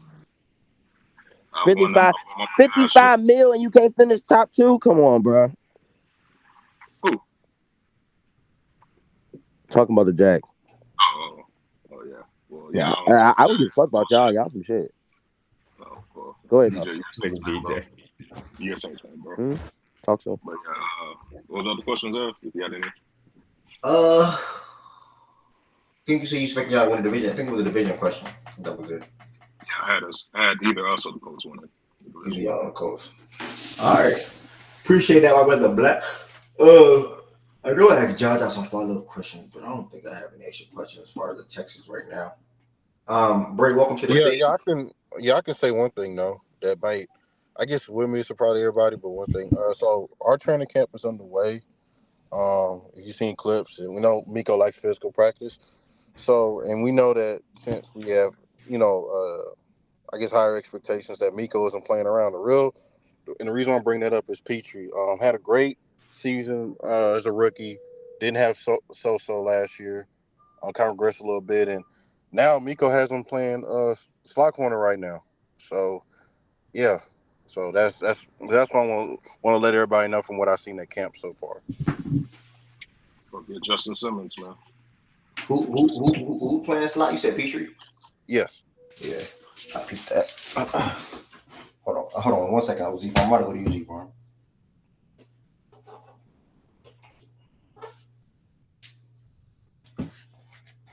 And tomorrow we will be doing NFC South, y'all. Again, reminder, Sunday we will watching USA versus Serbia. That game comes on at 11 a.m. Eastern time. That is their first official game. So don't forget to pull up for that one. Also, if you're not subscribed to Fact and Stats on YouTube, do me you're not mute. You're not mute. I was saying, hold on, I'm about to come to you. Do me a favor and subscribe to Fact and Stats on YouTube. Also, if you're interested in Fact and Stats apparel, check out Fact and Stats, the website. Shirts, sweatpants, hoodies, whatever's in stock. If it's in stock, there's available hats. Check out the website. And then a lot of y'all know I've been playing a game. I've been gaming on TikTok and Twitch. I'm gonna drop them links real quick too if anybody ever want to tap in. Tap up to me on TikTok and or Twitch. TikTok and or Twitch. You can catch me playing 2K or NCAA right now. Dynasty League is officially started, so I'll probably play one Dynasty League game a day. Follow me on Twitch if you don't follow already. Probably about to approach 1,300 followers on there. And then as far as TikTok, where's that link at? As far as TikTok, I am sitting at 1139. Follow me on TikTok if y'all don't follow me on TikTok either. So that's TikTok, Twitch. Outside of the show, I like to spend some time gaming, getting back in the game over the last 2 months heavily. Constantly growing on both platforms as far as Twitch and TikTok. And then also check out the website. And outside of the website, make sure you also subscribe to Fact and Stats on YouTube. And then we're here for another day talking about sports. Tomorrow's NFC South, today's AFC South. We have Black, Jaja, D-Mac, Tez, and Shaggy speak on it a little bit. BJ, check. Are you there? I'm always here, brother. You're not, because I called you, brother. Yeah, you called me earlier. I was listening to this. What? I was listening to something. Okay, brother. A couple of questions. Do you want to talk about the FC South, brother? Do you have anything you want to a breakout player in that division, brother? Who do you have in that division? Ooh, breakout player for that division. Outside of my boy Petrie, Trevor Lawrence. Trevor Lawrence is a breakout player. You know, a lot of guys, you know, they wrote him off. They want to know why he got highest paid. You know what I'm saying? So he got to prove something. He got to prove something this year. More of a bounce back. Jordan was good, by the way. Jordan was good. He got to prove something this year. That schedule, I ain't gonna lie. That schedule not easy for him. So it's like there's a lot of big time games. You know what I'm saying, I ain't gonna lie, bro. Trevor Lawrence don't be getting held, but that's the nigga that low key need to be, bro. Nah, but that nigga low key Trevor Lawrence ass, bro. I ain't gonna lie to you. I'm not mad. You see what I'm saying? Just on people like that. I don't even know who the hell that was. But like, you know what I mean? A lot of people think that. People do be down in Trevor Lawrence. And look, I understand the traditional stats do not show what is on tape. So I think that this is the year where you see him get 30 to 35 plus touchdowns. He gets 4,500 yards. I think that from that perspective, you can consider that a breakout from that aspect. It's fair. What does Kaiser Brown think about this division? Breakout a year for not crazy. What's next? What's next question? Division winner.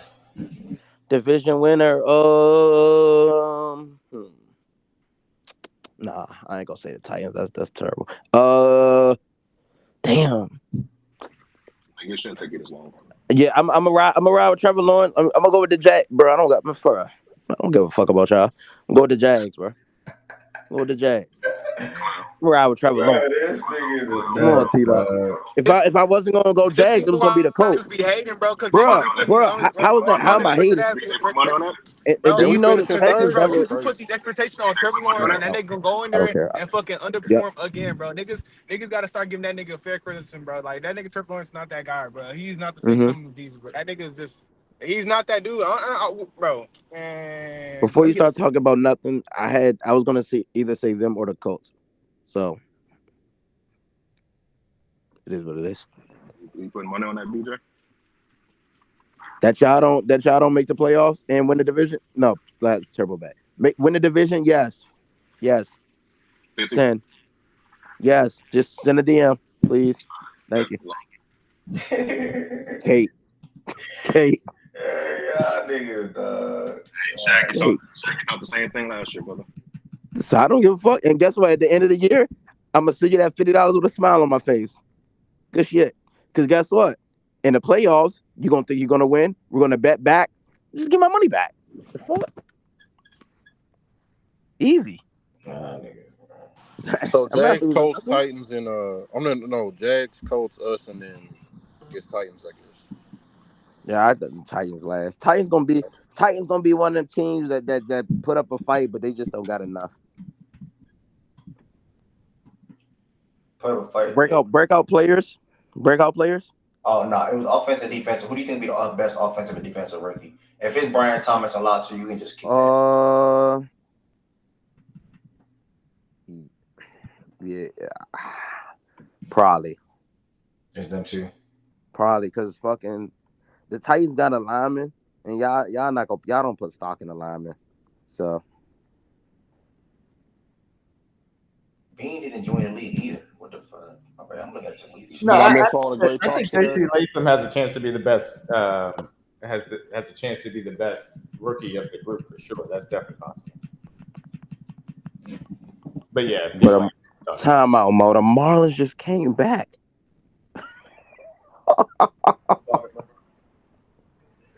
6-0. Bro, this is criminal what I'm watching. This is genuinely criminal. Bro, y'all really be locked into baseball. Bro, this is fucking criminal what I'm. This is bad, Bruh. bro. This is a World Series contender apparently. About to get swept by the fucking Marlins, bro. The Orioles. The Orioles had these niggas 6-0. Whoa. We playing my total. 6-0. Hold on. Hey, we're about to lose, bro. That nigga ass broke up when you said the Orioles. Yeah, Craig Kimbrell came in and he blew that bitch up, bro. Oh my Come on, god. Let me watch my second Orioles game. Bro, we're fucked. We lost. Hey Mo. The game was This is over, ridiculous.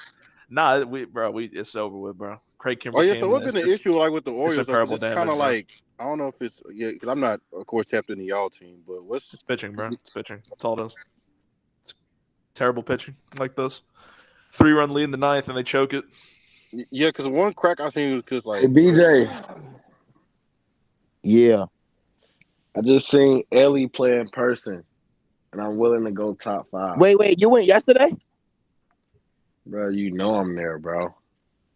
Damn, I ain't gonna lie. That's OC game to go to. Damn. I'm willing. That I'm nigga, willing. I'm willing to go. homer I'm willing yesterday to go. too, I'm bro. willing to go top 5 in the league, bro. Nah, chill, bro. Chill. With my own eyes, bro. Chill. Seen with my Ted, own you still eyes. kind of new to this baseball shit, bro. You know what I mean? I ain't I gonna mean, he get crazy mad on the at you. bases because he already Just cashed my chill, stolen bro. bases Just chill, bet for the bro. year. He got a little ways to go, bro. Just chill, bro. He got a little ways to go. Just chill. Once he Now get I his knew something back, was on because like I yeah, start because when the thinking about it. Astros played him and then we actually swept the Orioles, so that's when I knew something went right there. But Yeah, but like I ain't going like Chill ain't super locked in the thing. I ain't about to make him mad. But nah, chill. He on the rise though. Breakout players, Ev. I need 2 breakout players. Yeah, as far as rookies. Ooh, Who you think I we don't best want to. offensive and defensive I mean, rookie? same thing. But a breakout player, I'm gonna get my with AR being back, my boy Jelani Woods, tight end for the Colts. My man about to be like that. Remember I'm That's a telling you, name. That's a name nobody said. So Jelani Woods. bro. That's a good Jelani Woods gonna be tough, bro. He it's tough. like looking high last year. Yeah, it's tough only because of the target share, but I think he's going to be the main tight end, and there's going to be a lot of open grass for him to be a beast in because that man is a hell of an athlete. So Steichen's going to put him to Stop good use. playing with him. Throw it up. AR 6. Boy, 6'7". Duck on that nigga. Jelani Woods. Okay, I'll be tapped in. He went to UVA. Let me hear this. This Jerry Jones thing real quick. Swipe, welcome to the stage. Hold on, yeah, he getting cooked on TL. Yeah, if y'all want to hear this real quick, turn y'all stream volume up. I need to hear this. I know if I don't watch it now, I'm not gonna watch it later. Let me hear this real quick. We are so involved in trying to see where we are with our situations that is a major part of seeing the leaves fall, seeing the time go by, seeing this day and this week, how they go by.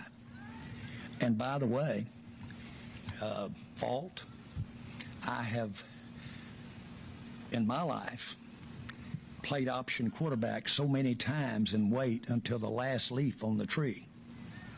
And if you want to picture an option, pure option quarterback going out to the sideline, I have run that ball and kept it and not hand it off to the back, not pitch it back, not throw it. And I have run that thing all the way out to the sideline before I made the decision. Because I couldn't get whatever it took it wasn't right for me to make the decision. And so what our fans, what you're seeing, what we deal with is we're buying time. We're option quarterbacking, and we're going on out toward the sideline, and we haven't handed it off. We haven't pitched it. We're trying to make our mind up what to do. Does that sound like Mahomes to you? Okay.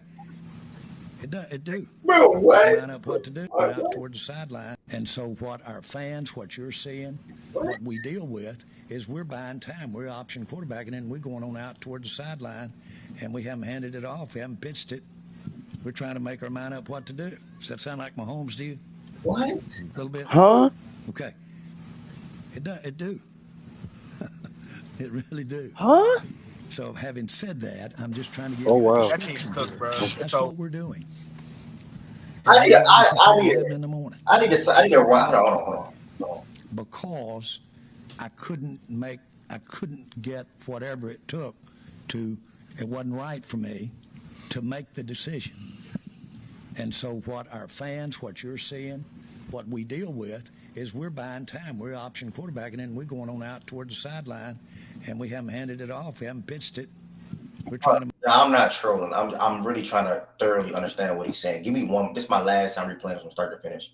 I'm really trying to hear what he's trying to get to.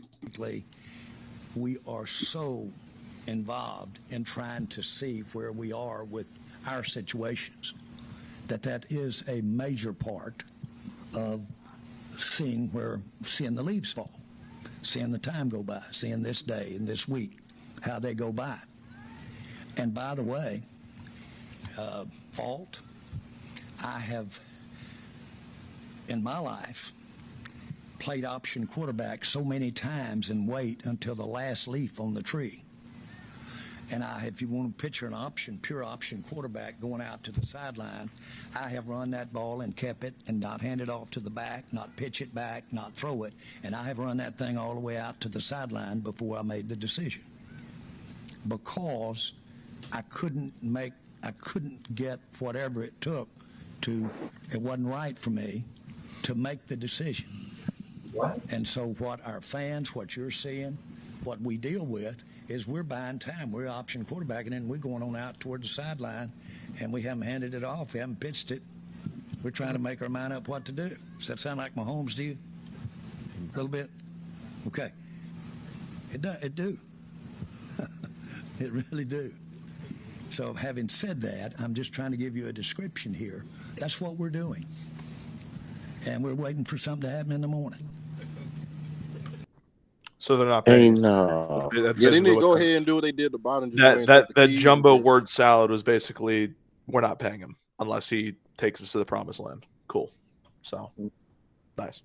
But the problem is they're not paying Dak. They may pay Micah. They probably will pay Micah. They probably pay CD. But the reality of the situation is they're gonna keep losing because they don't pay guys ahead of time when they draft the elite talent. They have the Cowboys legitimately have drafted at the top 5 level for about a decade now because of an excellent scouting staff.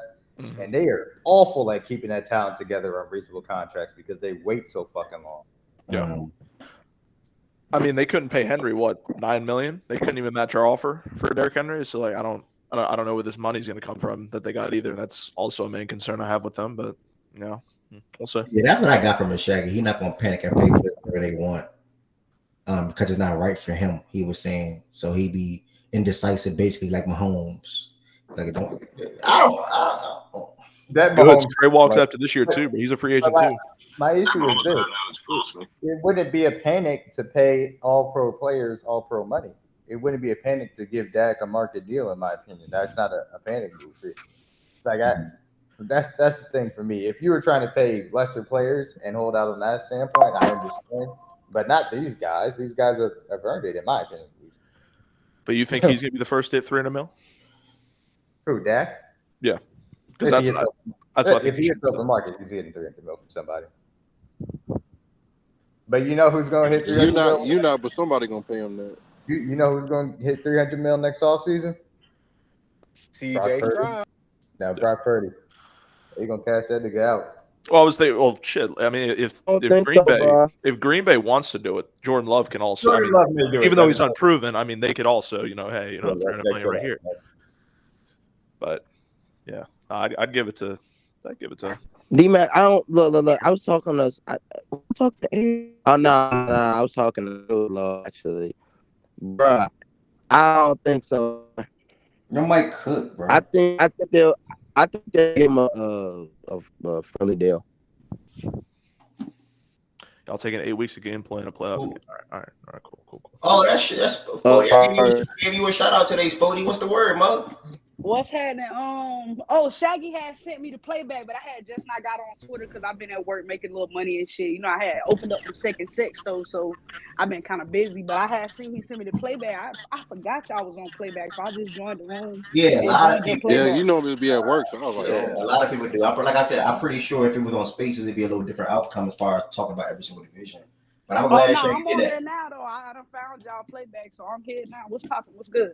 What's going on? Good to hear you. Good to hear you talk personally from me to you. We having our first little off-season stop at the AFC South, and I know you one of, if not the biggest Jaguar fan, or probably the only fan that I know. Yeah, I ain't gonna lie. I've been hiding from you since we got Dame, bro. Since y'all got I was hiding since we got Dame. Nah, you good. Y'all, it is what it is. I'm Hey, passing those out. Heat niggas was cooking me, bro. Yeah, I'm passing out. Fuck him. It is what it is. Not fuck him, but fuck the I previous feel one. I feel you. Nah, not fuck the You previous say one. y'all was talking AFC South? Yeah, AFC South. Like coming in, it's three. If you can remember more, that'd be cool. But if not, I don't mind re-asking. But 3-4 questions. One, who do you think will win that division? Two, a lot of players broke out in that division last year, or was on their way to breaking out. AR, Shroud, Tank, etc. So who do you think will be the breakout player this year in the division? And then as far as offensive and defensive rookies, who do you think will perform, or what's some names to look out for? If it's Brian Thomas and Latu, you can hold it. If you got somebody else, feel free to say. Then outside of that, who do you have winning the division, and who do you think will be last in the division? So as of right now, I do not have a division win. I'm gonna keep it a whole buck with you. The AFC South is open to 3 teams. After watching what AR was able to do last year, I get the kid was injured, but he was playing some damn good ball. So I honestly feel like it's between the Jags, the Texans, and the Colts. Like all 3 of us at the end of the season was fighting for the division. Now, granted, injuries fucked us up, so we ended up losing the division. We could very well come back and take the division, but to be 100% honest with you, it's a 3-team race right now because the Colts got better, the Texans were already good and they got better, and the same thing applies to the Jaguars, bro. We definitely got better. We added Eric Armstead to a loaded D-line already, so I feel like it's a 3-team race as it pertains to who wins the division. I'm personally gonna rock with the Jaguars because it's 2 games last year we shouldn't have lost. We should have finished the season 11-6, even with the Trevor Lawrence injuries, and we didn't close out the Bengals and the Browns game. So we ended up, being where we was, which was out of the playoffs. But that was strictly due to this nigga Trevor Lawrence ankle getting injured and then his shoulder getting injured literally the following week. So injuries kind of took us out. So I do personally have the Jaguars winning the division, but the right answer is it's open to 3 teams right now. As far as breakout players go, niggas gonna try to kill me for this. Will Levis. I think Will Levis is gonna be a breakout player. I watched him play pretty well last year. And he didn't have a full season of opportunities, but when he got on the field, he definitely showed some things. He showed the ability to be a starting quarterback in the NFL. And they gave Will Levis, Calvin Ridley, Tyler Boyd, and DeAndre Hopkins, who had 1,000 yards last year, even with the Titans being where they were. They had already Taj Spears is another one from the Titans who could have a breakout season. He was sharing snaps with Derrick Henry last year, but the boy was absolutely cooking teams. So he's another guy to look out for. I With us, we got this kid named Antonio Johnson. He's gonna be our new starting safety. I think he could have a breakout season as well. But it would honestly be his first season as a starter, so I wouldn't necessarily classify it as a breakout season. I think he's just getting his opportunity.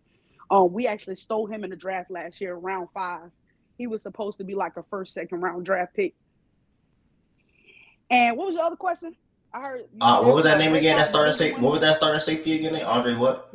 Antonio Johnson. Antonio Johnson. Yeah, the kid from Texas How you A&M. feel about Cisco, Spody? Well, what you mean? Oh, how I feel, bro? That shit is locked up. That shit is already done. They need to go ahead and sign him. Like he'll get I his deal know. by the end of the season, bro. We already know with Cisco. Now so who said that he could be the player for the Jaguars who have a breakout season? He's in a contract year, and he was cooking niggas last year before he got injured. So that's actually a good one. B&B, he could have a breakout season. Andre Cisco, but I think it's gonna be Antonio Johnson. I really do. That kid played. He got to play 3 games last year, I want to say, and he made a play every single time he was on the field. So I think that kid has the potential to be a really good safety in the NFL. I was literally about to see what Black did. Shout out to my guy Tyson getting paid. Hey, he should have never failed, bro. Listen, Antonio Johnson should have never failed to round 5. He was literally graded as a top 3 safety in the draft last year. He should have never failed to round 5. So.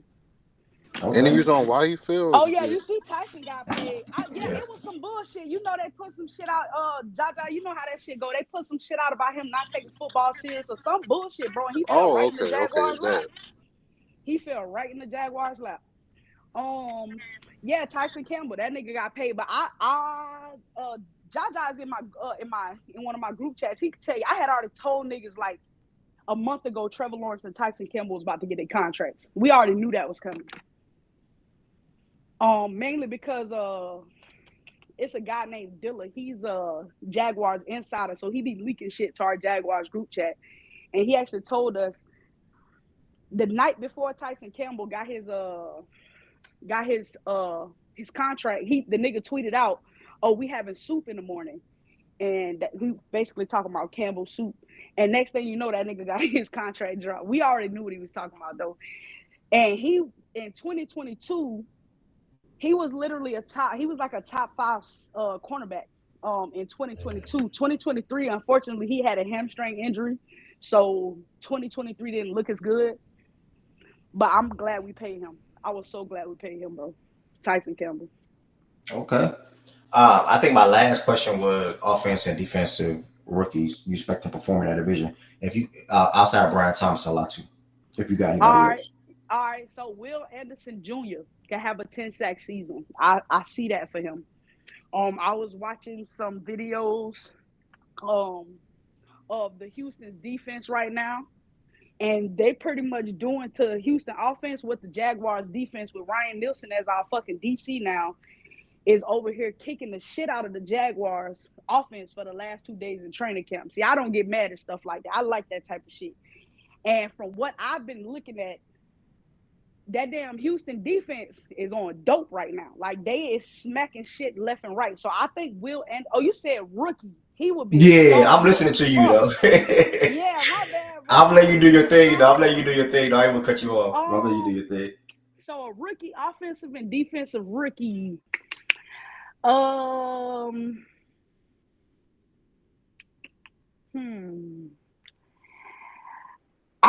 know what?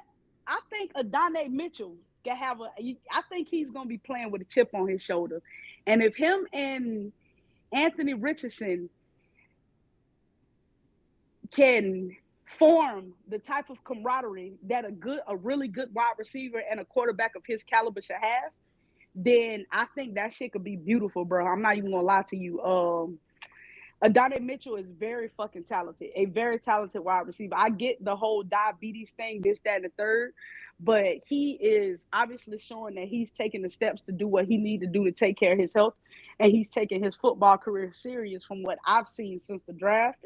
I think he was slept on. He has a chip on his shoulder, and people are gonna feel that. If the quarterback stays healthy and he builds I want to say some camaraderie with AD Mitchell. AD Mitchell could be offensive rookie of the year. I think he could have 1,000 yards. He has all the tools necessary to do so. And I honestly, Anthony Richardson got the fucking arm. Like that's what it boils down to at the end of the day. That motherfucker got a cannon. And he has that deep ball accuracy that's just hard to fuck with. So I think AD Mitchell could possibly be a candidate for offensive rookie of the year if we're talking strictly AFC South. And defense, man. Rookie, I might have to go with my boy Jerry Jones. He was actually a 3rd round pick. That's the cornerback we took. He hasn't been Out of fully where? Jerry and Jones? Out of where? This is a learning part for me too. FSU. FSU. FSU. Yeah, Jerry and yeah. Jones, So 3rd round. What is yeah, his size like? What are you looking like? Fast? What? Yeah, he's definitely fast. So coming out of college, he's an elite nickel corner. But over his last 2 seasons, he has given up, I want to say it was like 400 yards total in man coverage and 0 touchdowns. So he's also very, very good man corner as well. He has a special talent at switching positions as well. Like from what I've watched the last 2 days of training camp. As far as outside, inside, or switch position between what? As far as outside and inside. Yeah, okay, that's exactly what I'm talking about. Yeah, so he's one of those dudes who you can really like move around. You can put him wherever you want to. So I really like him. And the only reason why I'm saying him is because I don't think the defensive rookie of the year actually comes out of AFC South. But if I have to choose from the AFC South, those are the guys I'm looking at. I actually think it's going to be one of them niggas that went to the Rams. If we talking about defensive rookie of the year, I think Jared Verse or Braden Fisk gonna get that. They shouldn't have ever let them pair them 2 boys up together, along with what they was able to do with Kobe Turner last year, coming into the fucking season. So, do you think that Jones is gonna end up being a top 3 corner for you guys on the depth chart? On the depth chart, top 3 corners. I mean, absolutely, yeah, 100%, yeah, absolutely. I honestly think he's going to be the starting outside corner, and I think Darnell Savage will be the nickel. Mm-hmm. Okay. So you think? Yeah, I mean, he'll probably come in and play it better than Darby.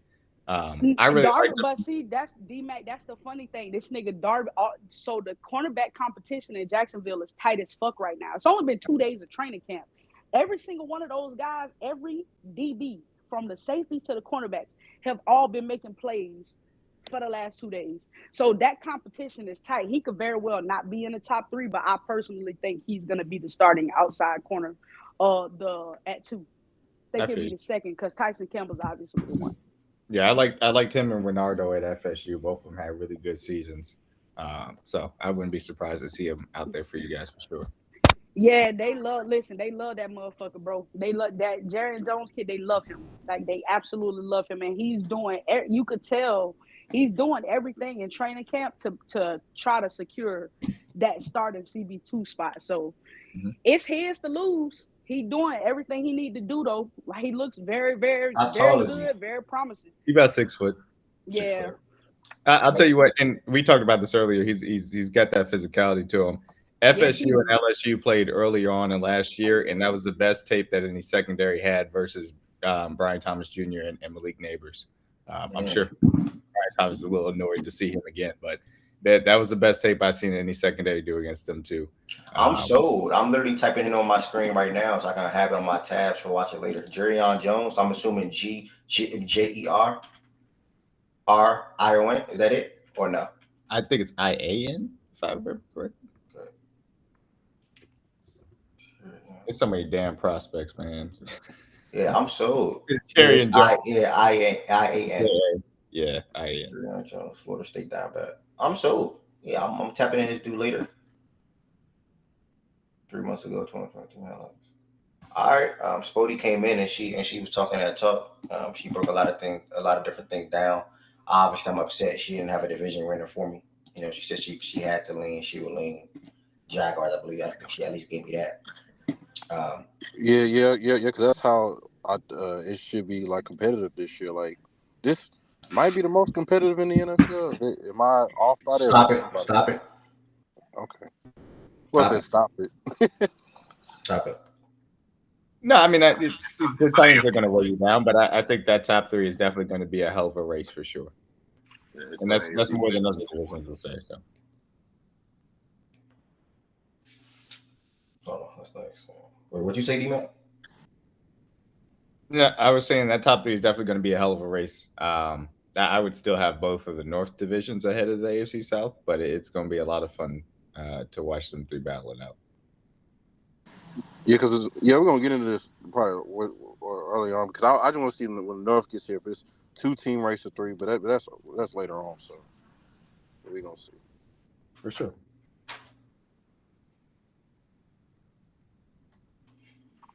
It's 3, Shaggy. All right, my bad. Yeah, North is 4. I was texting. I play Miles in the league. Hold up, Mo. No, I thought you played. He might have been talking about the NFC North, not the AFC North. NFC North is not 4. Wait, who's the NFC? Isn't it NFC North is the NFC North is no, yeah, that's 4. That's 4. I'm sorry. I take that back. That's 4. Vikings, Packers, Lions, Bears, 3.5 for me. The Vikings, man. Yeah, 3. That's 3, bro. Vikings ain't on shit for sure. For me, it's 2.5, but I you can go 3.5. Let's think highly of the Bears. I mean, what if you got the Bears at? No, then I think highly of the Bears, but I think it's a little bit more of the Packers and Lions for the division, but the Bears are still going to be in playoff contention. Okay. And I think the Vikings will be better than Titans. Nah, I don't agree with you there, my brother. I know I'm not. Oh, nah. My partner was saying he think the Vikings going to be better than the Titans. I honestly, while I think the Vikings do have a lot, I think they have the offensive weapons to put around JJ McCarthy. It's not an offensive question for me. They did lose a few pieces on defense, especially losing a guy like Danielle Hunter is going to impact their defense. Now I got faith in Brian Flores because he had the Vikings defense humming. But if we keeping it a buck, the Titans roster was some shit last year, and they won 7 games. I think they're gonna win at least 9 games this year. I think they could possibly win 9 games. I got them at 8 and 9. That's tough. That means you penciling 4 teams y'all division to have 9 or more wins. Oh, well, possible. I said it's possible. I ain't said that it was. It's possible, man. It's possible. Like 4 and a possible.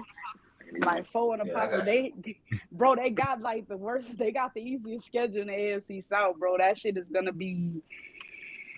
And they like the team. Everybody, I don't know, bro. I don't think people realizing what they did with their defense. A lot of people you got to remember that last year the problem with the Titans defense was their secondary. They added Cheetah Obuzie to that secondary and Ladarius Sneed. That is a major fucking upgrade. And they already got their front line is still pretty much their defensive front is still intact for the most part. They lost Danico Autry, but who else they lose? They still got Simmons over there. Mm-hmm. So, and they still got the rest of those guys. If we keeping it a buck, no problem, man. But yeah, I think the Titans are gonna be better than people giving them credit for. I see some Titans fans only giving them 4 or 5 wins though. I don't think that team got worse at all. They did not get worse. They definitely got better. Adding Calvin Ridley, adding Tyler Boyd. Treylon Burks is a special teamer, so that should tell you everything you need to know. I do think they could win like at least 1 or 2 more games. 8 and 9 is realistically where people should be. Well, I ain't gonna say what people should have. Me personally, I think 8 and 9 is their ceiling. 9 and 8 is their ceiling, but I think 8 and 9 is fair. Like I just don't see them only winning 6 games, only winning 4 games, 5 games. How a lot of people got them doing. A lot of people is high on the Bears too.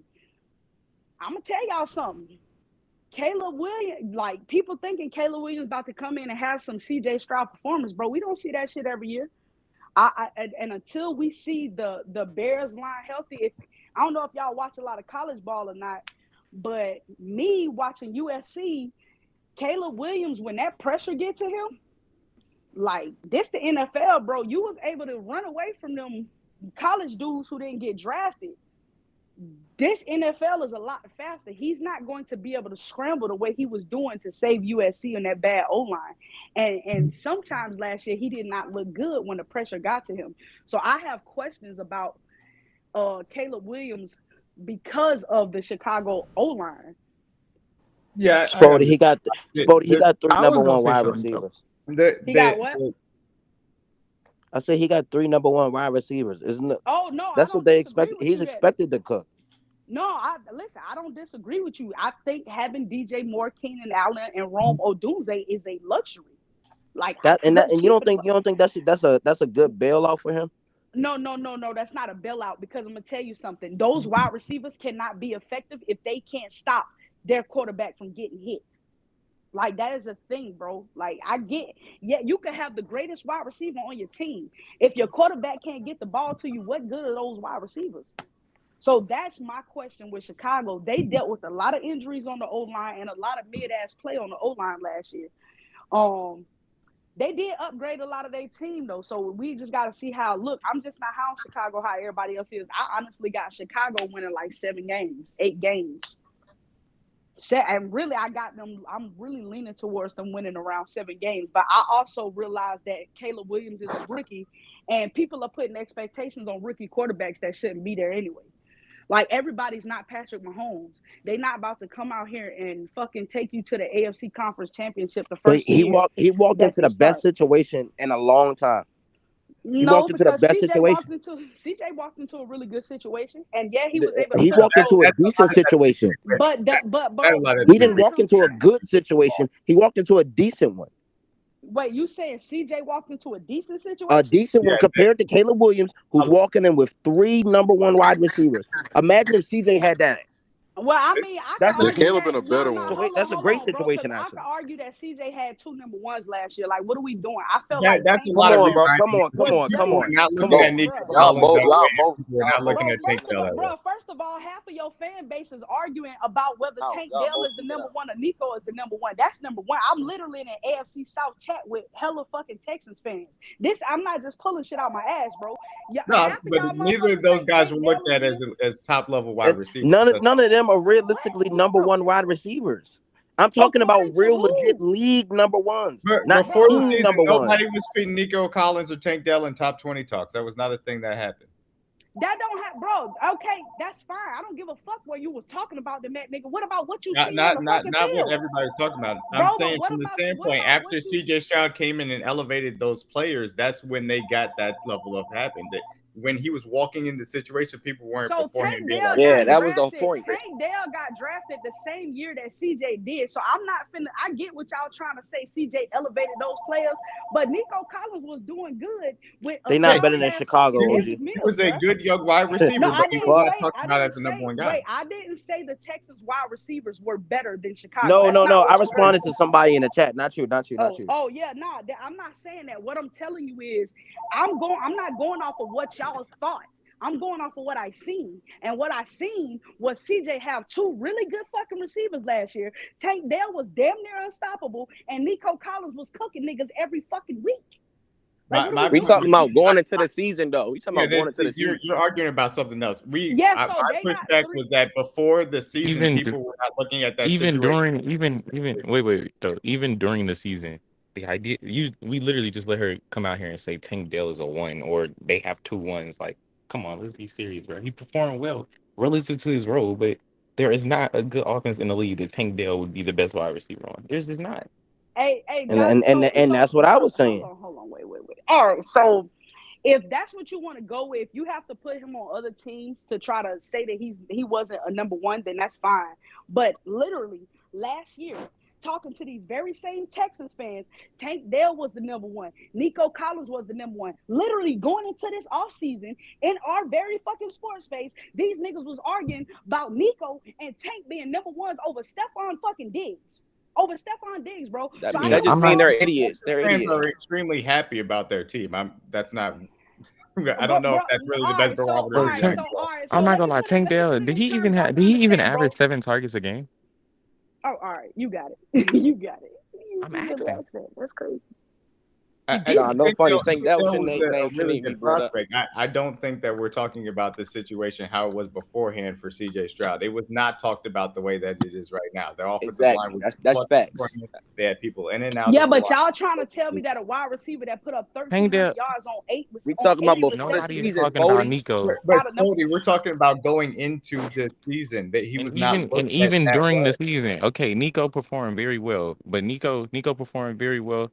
Keenan performed just as well, if not better. And you can try Nah, to sit here Keenan was better. Keenan was definitely better. and we can try to pretend that Tank Dell, because he had good production. He had good production for A2 in a relatively gimmicky role, something that we have to acknowledge.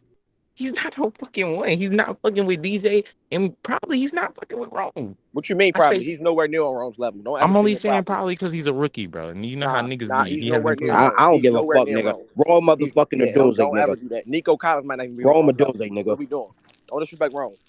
And then DJ, I'm gonna keep it real. DJ probably better too. Like skill set for skill set, bro. Tank fucking with DJ. Bro, you talking DJ Moore? Yes.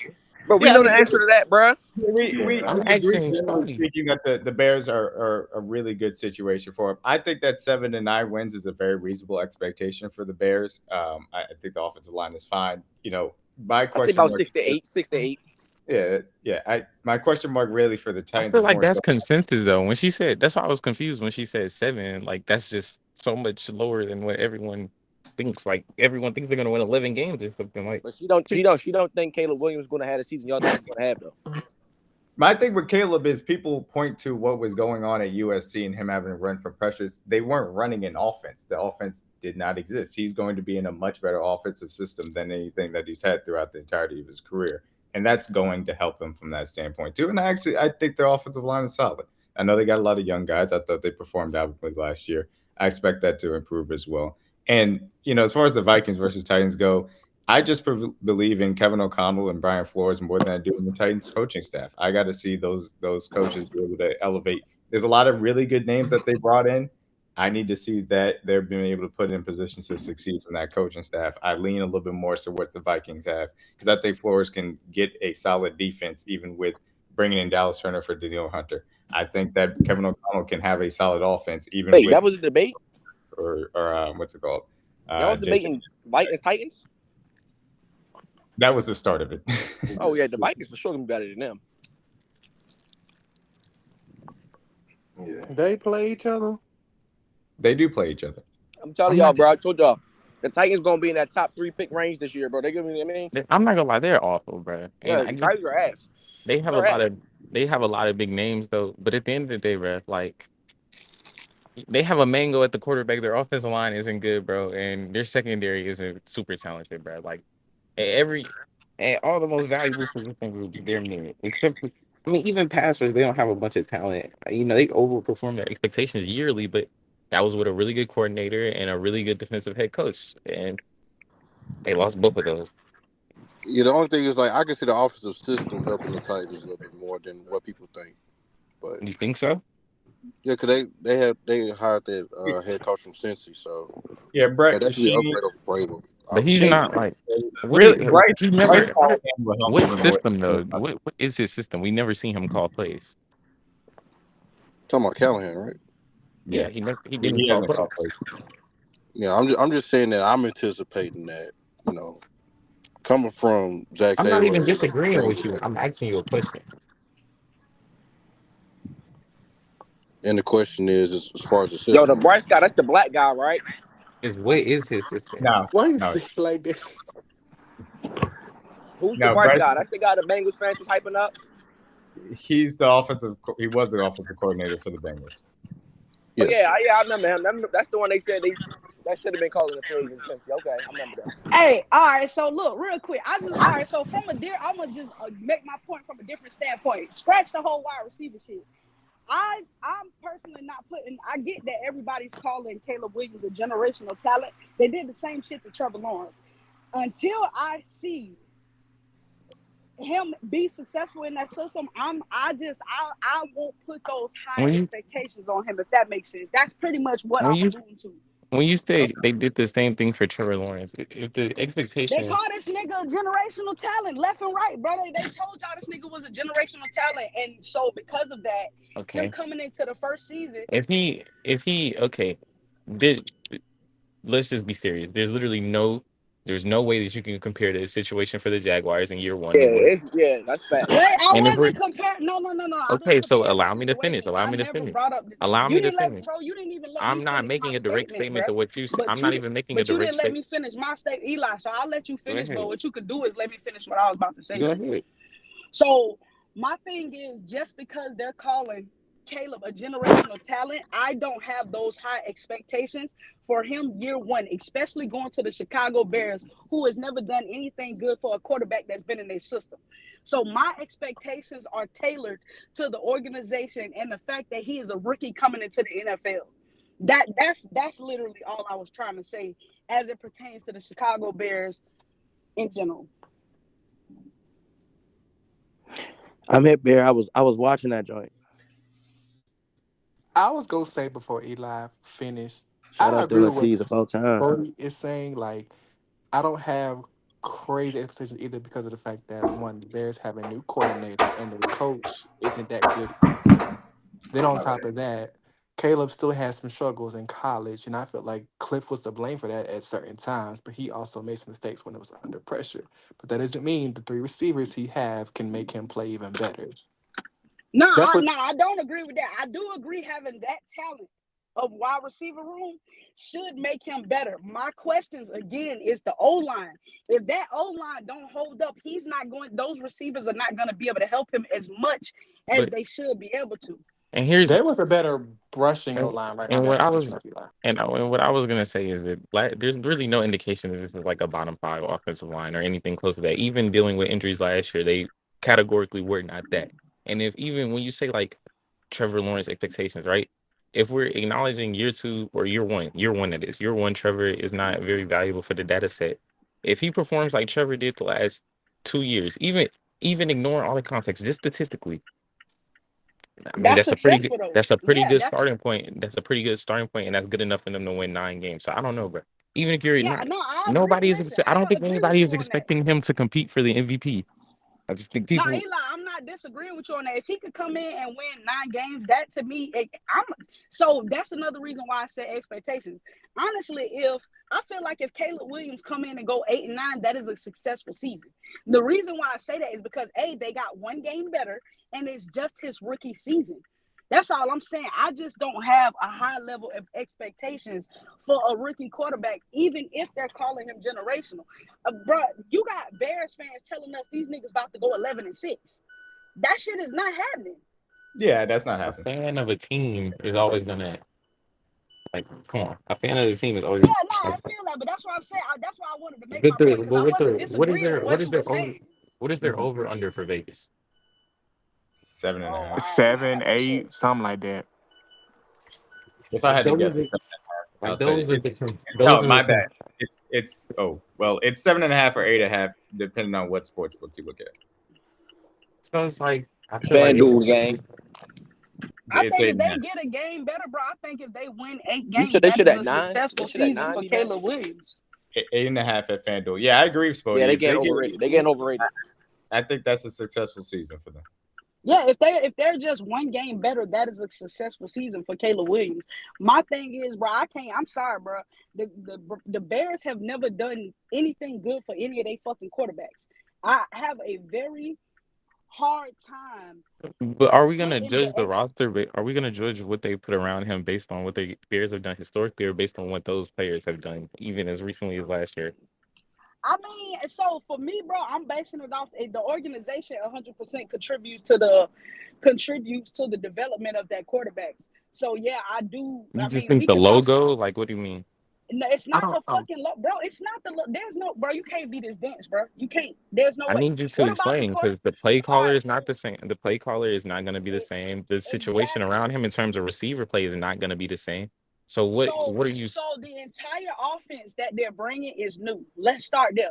Nobody on that team is familiar with the current offense. Let's start there. You're bringing in a new offensive coordinator. It's a You're pretty bringing in a new similar coach. outside zone based run game.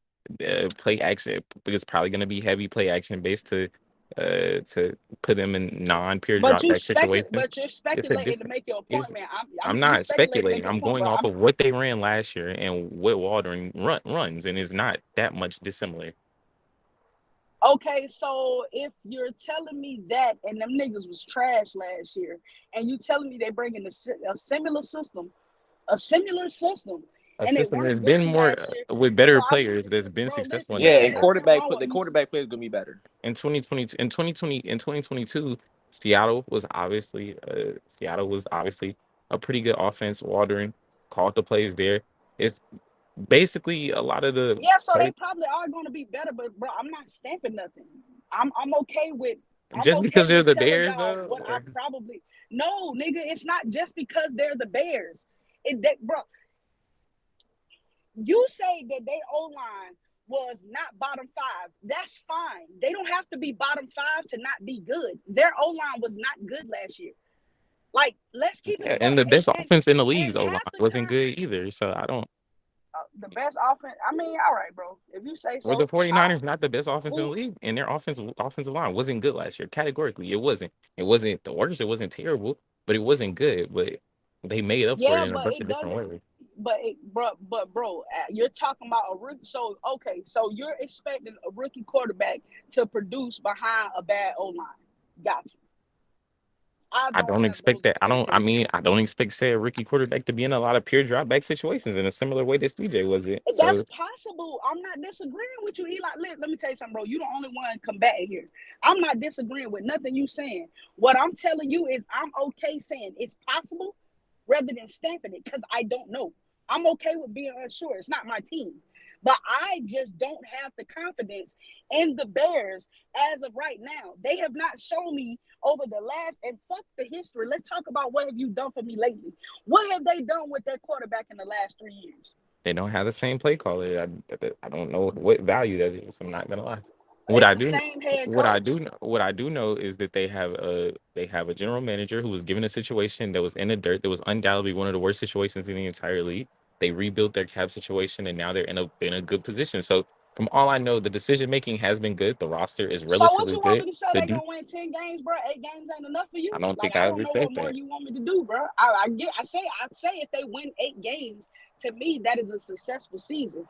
I don't know what more you want, like what more you want from me to I say don't other want. than I'm just I don't want you to say anything. I just want you to give me a reason for why you're not super confident in the infrastructure, and everything you keep saying just harkens back to I literally told you I wasn't super historically the Bears confident aren't because good. no, I also told you it's because it's a rookie quarterback and I'm not comfortable putting those expectations on him. But you ignored that comment. You literally ignored that comment. And I That said was the first thing I said. The first I thing didn't I said ignore the was comment. I'm not gonna lie, I literally directly so addressed it. I did. bro. So That's literally that is a reason why I'm not confident in the Bears. They have a rookie quarterback. The system hasn't even been there. They just got Waldron over there. So for me, I'm not comfortable. I'm not comfortable stamping the Bears yet, bro, until I see it. That's just me. Based off of what I've seen the last 3 years from the Bears and the fact that they currently have a rookie quarterback that's about to be learning a new system and translating from college to the NFL, I am not comfortable saying that the Bears will win more than 8 games. But I'm okay with giving them 8 games because if they win one more game, that is a successful season to me for Caleb Williams. yeah, and I think that the reason most of the time that a rookie quarterback is bad, obviously, is certain stuff like reading the field, just like the speed of the game. I absolutely agree there, but a lot of the times it is because high drafted rookie quarterbacks usually aren't in great situations, and I think that this is about as good a situation as you can get. And I think that there are young quarterbacks who have succeeded behind offensive line play that is below average, and there's nothing about the now bad offensive line play is a different story, but there's also nothing that indicates that there will be a bad offensive line per se, just average or slightly below average. If they're slightly below average, they should be fine. That's my position. And if you I disagree, mean, then that's your if they position. slide, no, because if they slightly below average, then they touching the cusp of average. I don't disagree. I done told you every time you done made your points that I don't disagree with nothing you're saying. I really don't, Eli. Like I'm not trying to be funny. I literally don't disagree with nothing you're saying because everything that you're saying can be true. just as well as everything that I'm saying could be true. This kid could absolutely come out and light it up and have a CJ Stroud type season. But I don't know. I just don't have the confidence right now because I haven't seen it. I haven't seen anything. So, prime example, it's a new group of guys together, and I haven't seen anything from them yet. So until I see something, like, give me like at least to week 3, and then I'll be able to come to you and be like, okay, based off of what I've seen, I think this kid and the Bears could do this versus me not thinking they could do this. But I'm one of those people that sometimes you got to show me, bro. I literally went, like I said, I went through this with the Jaguars. Now, granted, Trevor Lawrence definitely came into the most terrible situation possible. So the situation is definitely different for Caleb. That's why I think he could win 8 games versus Trevor, who only won 3. You see what I'm saying? So I think it's a lot of possibilities, but to me it's a lot of unknowns. Now I do think that the Bears have a really good defense. If you want that to me is where they gonna make their money. Like, I think their defense is pretty fucking decent. I think they did very good retaining guys and bringing guys over there. I think they did well in the draft. I also think they did good in free agency on the offensive side of the ball. I just want to see it at this point. The whole rookie thing always throw me off, though. Anytime a rookie is leading the team, this the same way I was when Trevor Lawrence became our quarterback year 1. Anytime a rookie is leading the team, bro, I would like to see something before I make assurances. But everything that you're saying could very well be true. They can come in and have like an average O-line and possibly succeed. Like, I do think Caleb Williams is good enough to be successful in the NFL. I do think he has all the tools to actually be the Bears' first 4,000-yard QB if we keep it in the book. I think he can do that. But I just want to see it because the Bears ain't necessarily, you know what I'm saying, even the play calling. Like, I ain't even got to talk about who they brought for the quarterbacks or what they put around their team. Like, the play calling was questionable sometimes. So I just want to see it. That's all.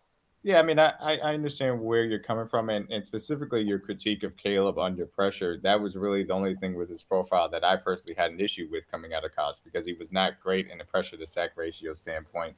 But I do think that he has the tools to be better in that sense. And there might be some rocky areas to that if that offensive line does struggle early. I have a little bit more faith in the offensive line. I do really like their tackle duo. I think they've done a solid job at upgrading their interior. And I believe in Shane Waldron as a play caller from that standpoint. So I think that the structure is there. Obviously, we know the outside weapon talent is there. I think the offensive line is fine. I think Caleb will come in and play very well. But I understand, A, your concerns, and B, why you wouldn't stamp that for a rookie quarterback. You know, you just got to see it, and that's completely understandable. Yeah, because you put all them expectations on them, and then when they don't live up to it, you smoke them about it. Like, you kill them. Like, if I stamp this nigga right now and say, oh, I think Caleb gonna win 10 games, when he don't win 10 games, next year I'm gonna be in the same space telling y'all this nigga dog shit. And we don't deserve that after the rookie season. So I think so I will say this too. Now I don't want to say something. Can I ask y'all a question? Ev, you mind if I ask a question? He doing something, so I think you good. Oh, all right. I don't mind. Right, I don't mind.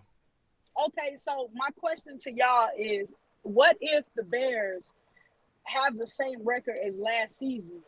Are you looking at that as a failure, or are you looking at that as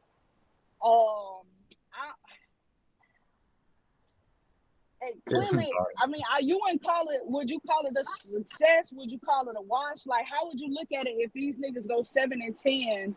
Because, I mean, at the end of the day, for me, I would think, okay, Caleb came in, he won 7 games in the NFL his first season, and he didn't cause them to lose more games. You know what I'm saying? But how would y'all feel about that? If they have the same record, and then how would you feel if they only win like 6 games? Like, they don't get back to 7?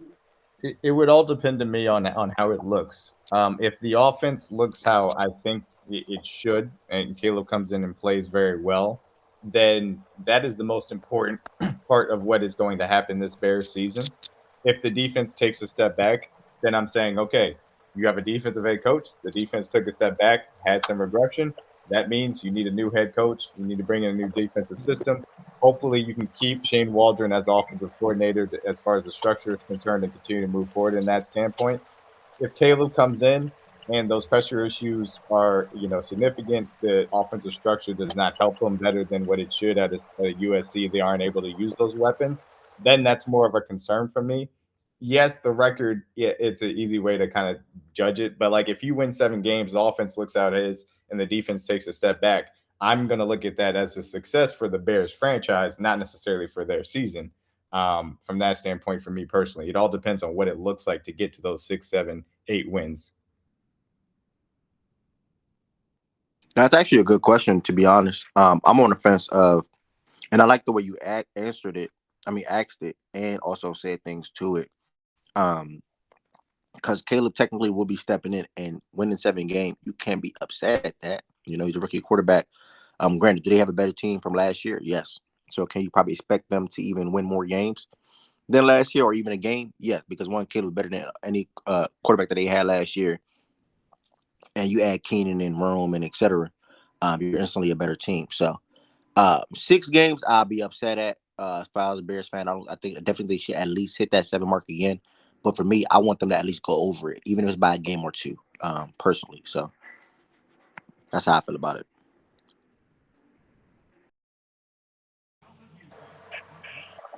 Anybody else? Like, how would y'all feel Yeah, if they go, like, if they win the same amount of games, how would you feel? And then if they win, like, a game less, like 6 games, like, how would you feel? yeah. I guess for me, like the same amount of games would particularly be success for me because I would say for them to get to 7, I do envision Caleb playing well to get to that point. It can't just be all defense. Their offense has to pull their weight a little bit, and even a game less again. 6 Cayman games, like for most games, it's like like a field goal miss or made play here and there. So if it is 6 games, but they have a chance to win, like more than that, and Caleb looks like a franchise quarterback. Like even, for example, coming close to going over 4,000 something that I don't think the Bears quarterbacks is done. It'll be like a success as far as the franchise, like D-Mac said, but not as far as the season is concerned. But that's normal, like for rookie quarterback standards. So.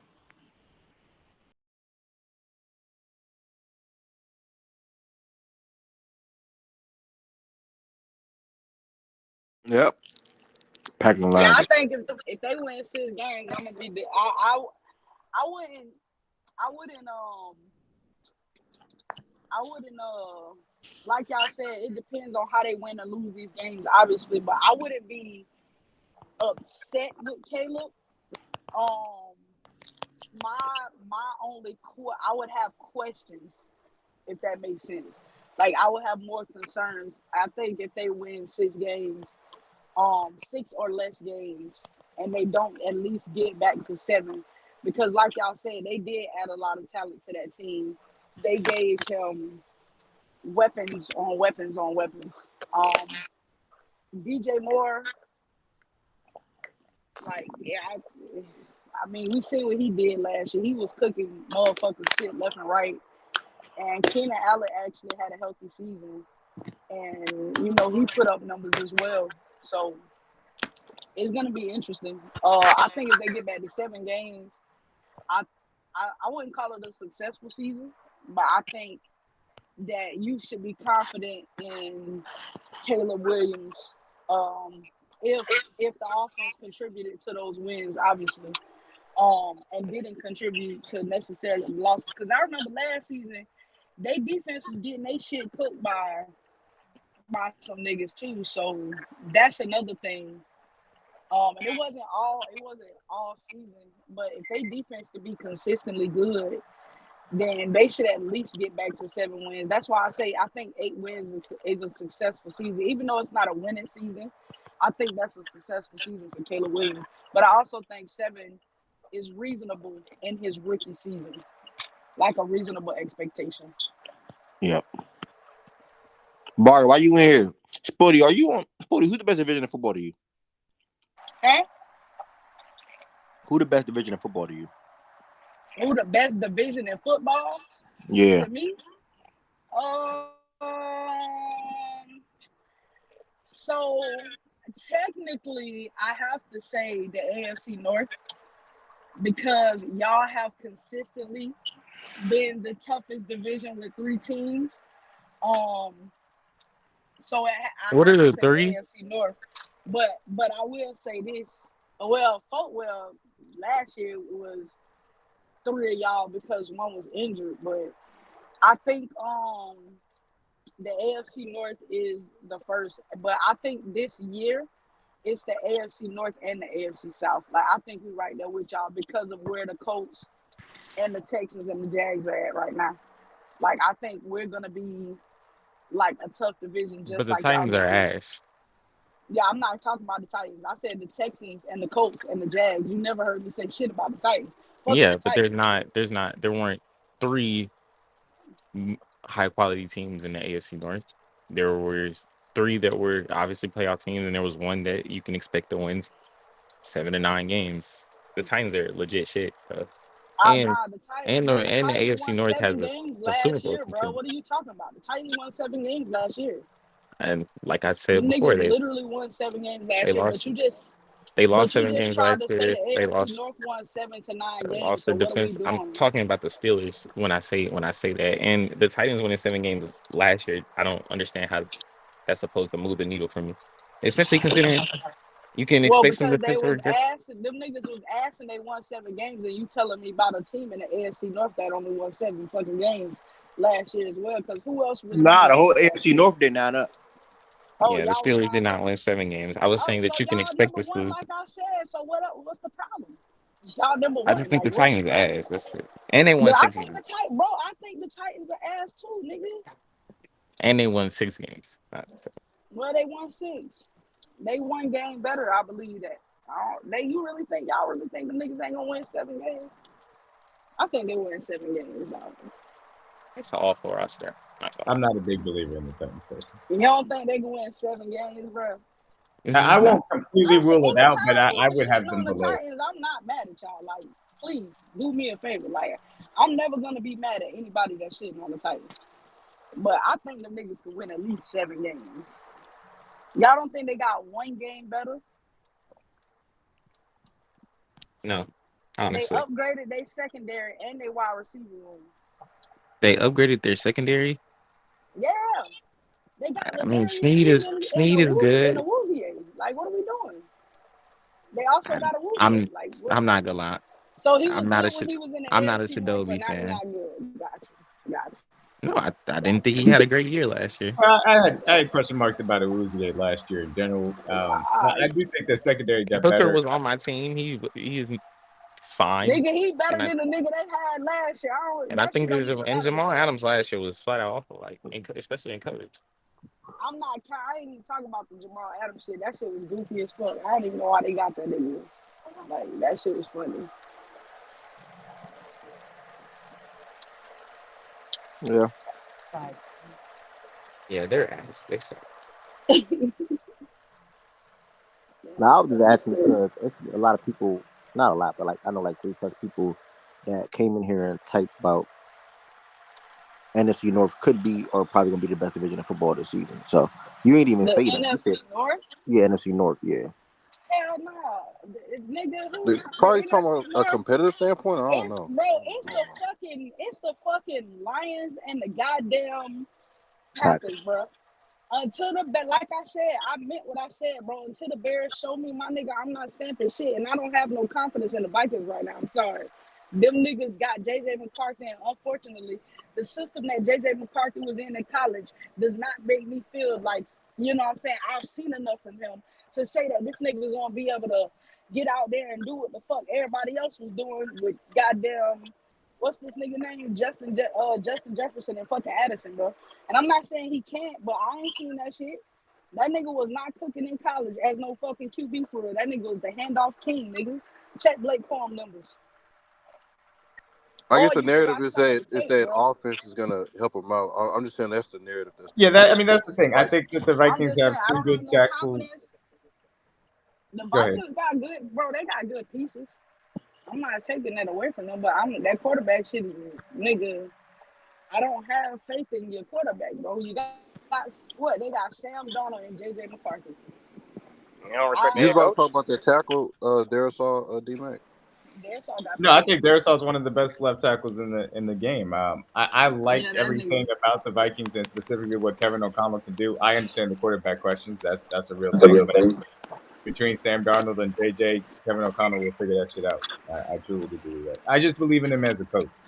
Yeah, And see, but Yeah, I like agree. I said, I gotta see it, D-Mac. I'm not saying that's the fair. shit. I I'm just understand. saying I'm definitely gonna need to see it on their ass because I feel it. I can't step JJ McCarthy. He played in the Michigan system last year, where the majority of their time they did not throw the ball. Like that's just the truth. They didn't even have to. Shit was crazy. And Yeah, I even think the Michigan time. fans will tell you that. Yeah, I think the Vikings will be fine. Yeah, I No don't think matter the who Vikings are gonna be as bad as people no say. matter who their starting quarterback is, at the end of the day, you have a really good offensive line. Honestly, like a very, very good offensive line, a good play caller. You You got have a good wide receiver room. you have the best wide receiver on the planet, arguably. Uh, you have a good number two in Addison. TJ Running game, Hawkinson, they're gonna be TJ super. tight end. They're gonna be relying on their passing game to produce explosives. I think they were 85% of their explosives came in the pass game last year. That's third in the league. Only two teams ahead of them, I think, were the Chargers and I think it was the Commanders. Like two teams that aren't really good at running the ball, so that's one concern. But on the air, I think that they'll be a good team, a particularly good team. Fine. Aaron Jones can help out that running game, I think, a little bit too. I I'm not gonna got lie. niggas winning four I can't rely games. on him to stay I don't healthy know though, what bro. these niggas talking about. I got to win 4 games, bro. That's the only thing with Aaron. I'm So sorry. how I you gotta feel win about the 4 Vikings is games. how we feel about the Titans. I I don't. fuck the Titans, nigga. Shit. Them niggas might only win 4 games too, but that's not the point, bro. They supposed to got better on paper. I don't. I don't I know. just, I don't I think the don't know. Vikings Y'all, are. so I don't think the Vikings are that bad. I think they have fine I don't think linebackers. they bad, bro. I The don't think they secondary bad. I isn't. just don't know about their quarterback. I just don't know how the quarterback situation gonna pan out. Okay.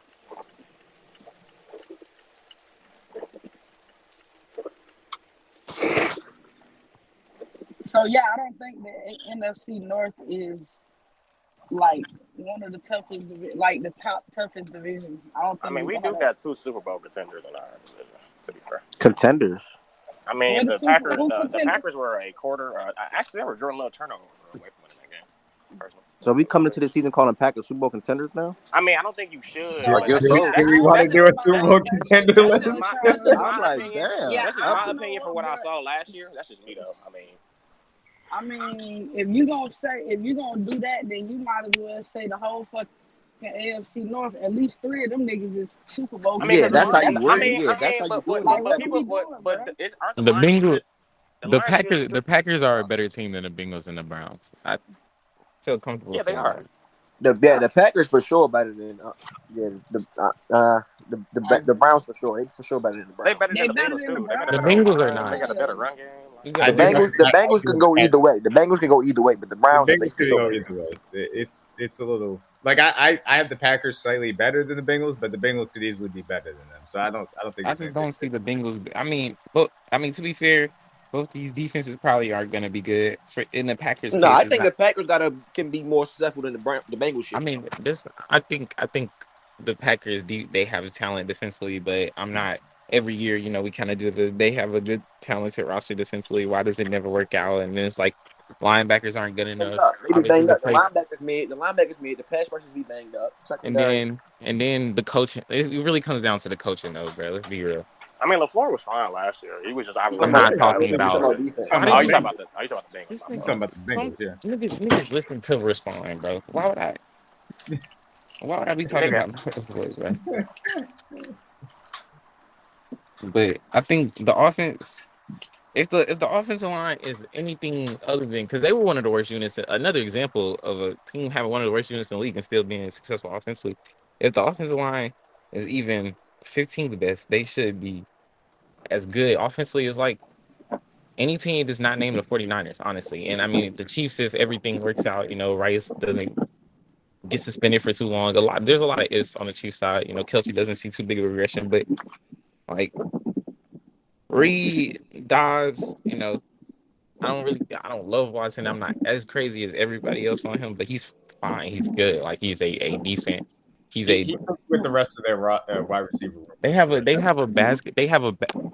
I like to Yeah. say like you build your wide receiver rooms like a basketball team, right? Where you have like guys that fill out certain roles and they target certain areas on the defense, and they basically have that. You know, they have their deep weapon, they have their guy that works the intermediate, they have their yak guy, like, and then I mean, this is like Jacobs is interesting. I'm not saying that I expect him to have the season he had 2 years ago, but I mean he did have that season, and he does not have a crazy amount of like people are expecting Saquon to have a bounce back year, and Jacobs was just as good as Saquon was 2 years ago. Is younger, has less mouths, and he's playing in a better or a better offensive system from everything that we know. No disrespect to Kellen, but I think we all can acknowledge that LaFleur is a way better run game coordinator than that's not anything. Yeah. Yeah, Jacobs gonna have a cool year, and the other guy. I've seen so much regression from him last year that I think that he was already starting from a place where he was a worse running back than Saquon Barkley, and so that's why I feel better about Saquon moving forward than Josh Jacobs. But I'm not going to say that what you laid out is not wrong, because those are all factual statements to make. Yeah, I mean, it's difficult. I really think the Packers can have a much better defensive system. It feels like they always got the talent necessary, and then for whatever reason, it doesn't necessarily live up to it. So it's a projection on my part. But yeah, other than 20, I guess they were good. They were pretty good. What was that? 2020?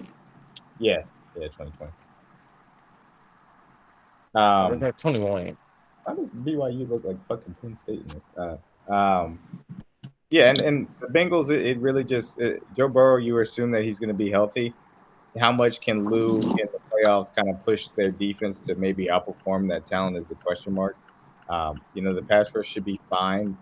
DJ Reader not being there is a question mark too, but they brought in some defensive tackles to hopefully replace him. So to me, it just comes down to how much Lou can elevate that defense when it comes to playoffs, and how much diversity they add into that offense, because they did start to add a lot last year, I'll say, while Joe was healthy.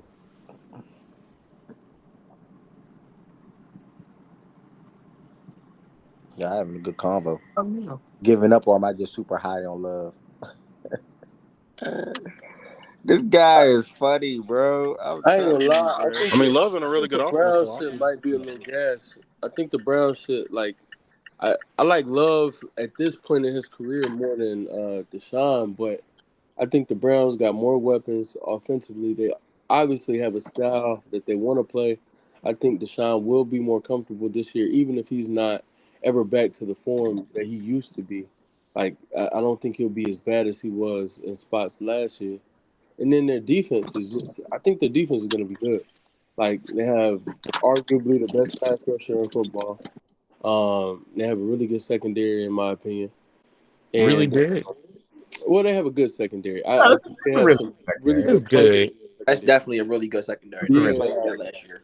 I think. I don't think yeah, but they have a good secondary though. I don't think it's the secondary. They added Xavier McKinney to that secondary too. I don't think it's a secondary that's. Not the Packers. They're talking about the Browns secondary. Yeah, we're talking about the Browns. First talking about the Oh, I thought I was talking about the Packers. I don't think that it's a secondary that's with this like what's the word I'm looking for?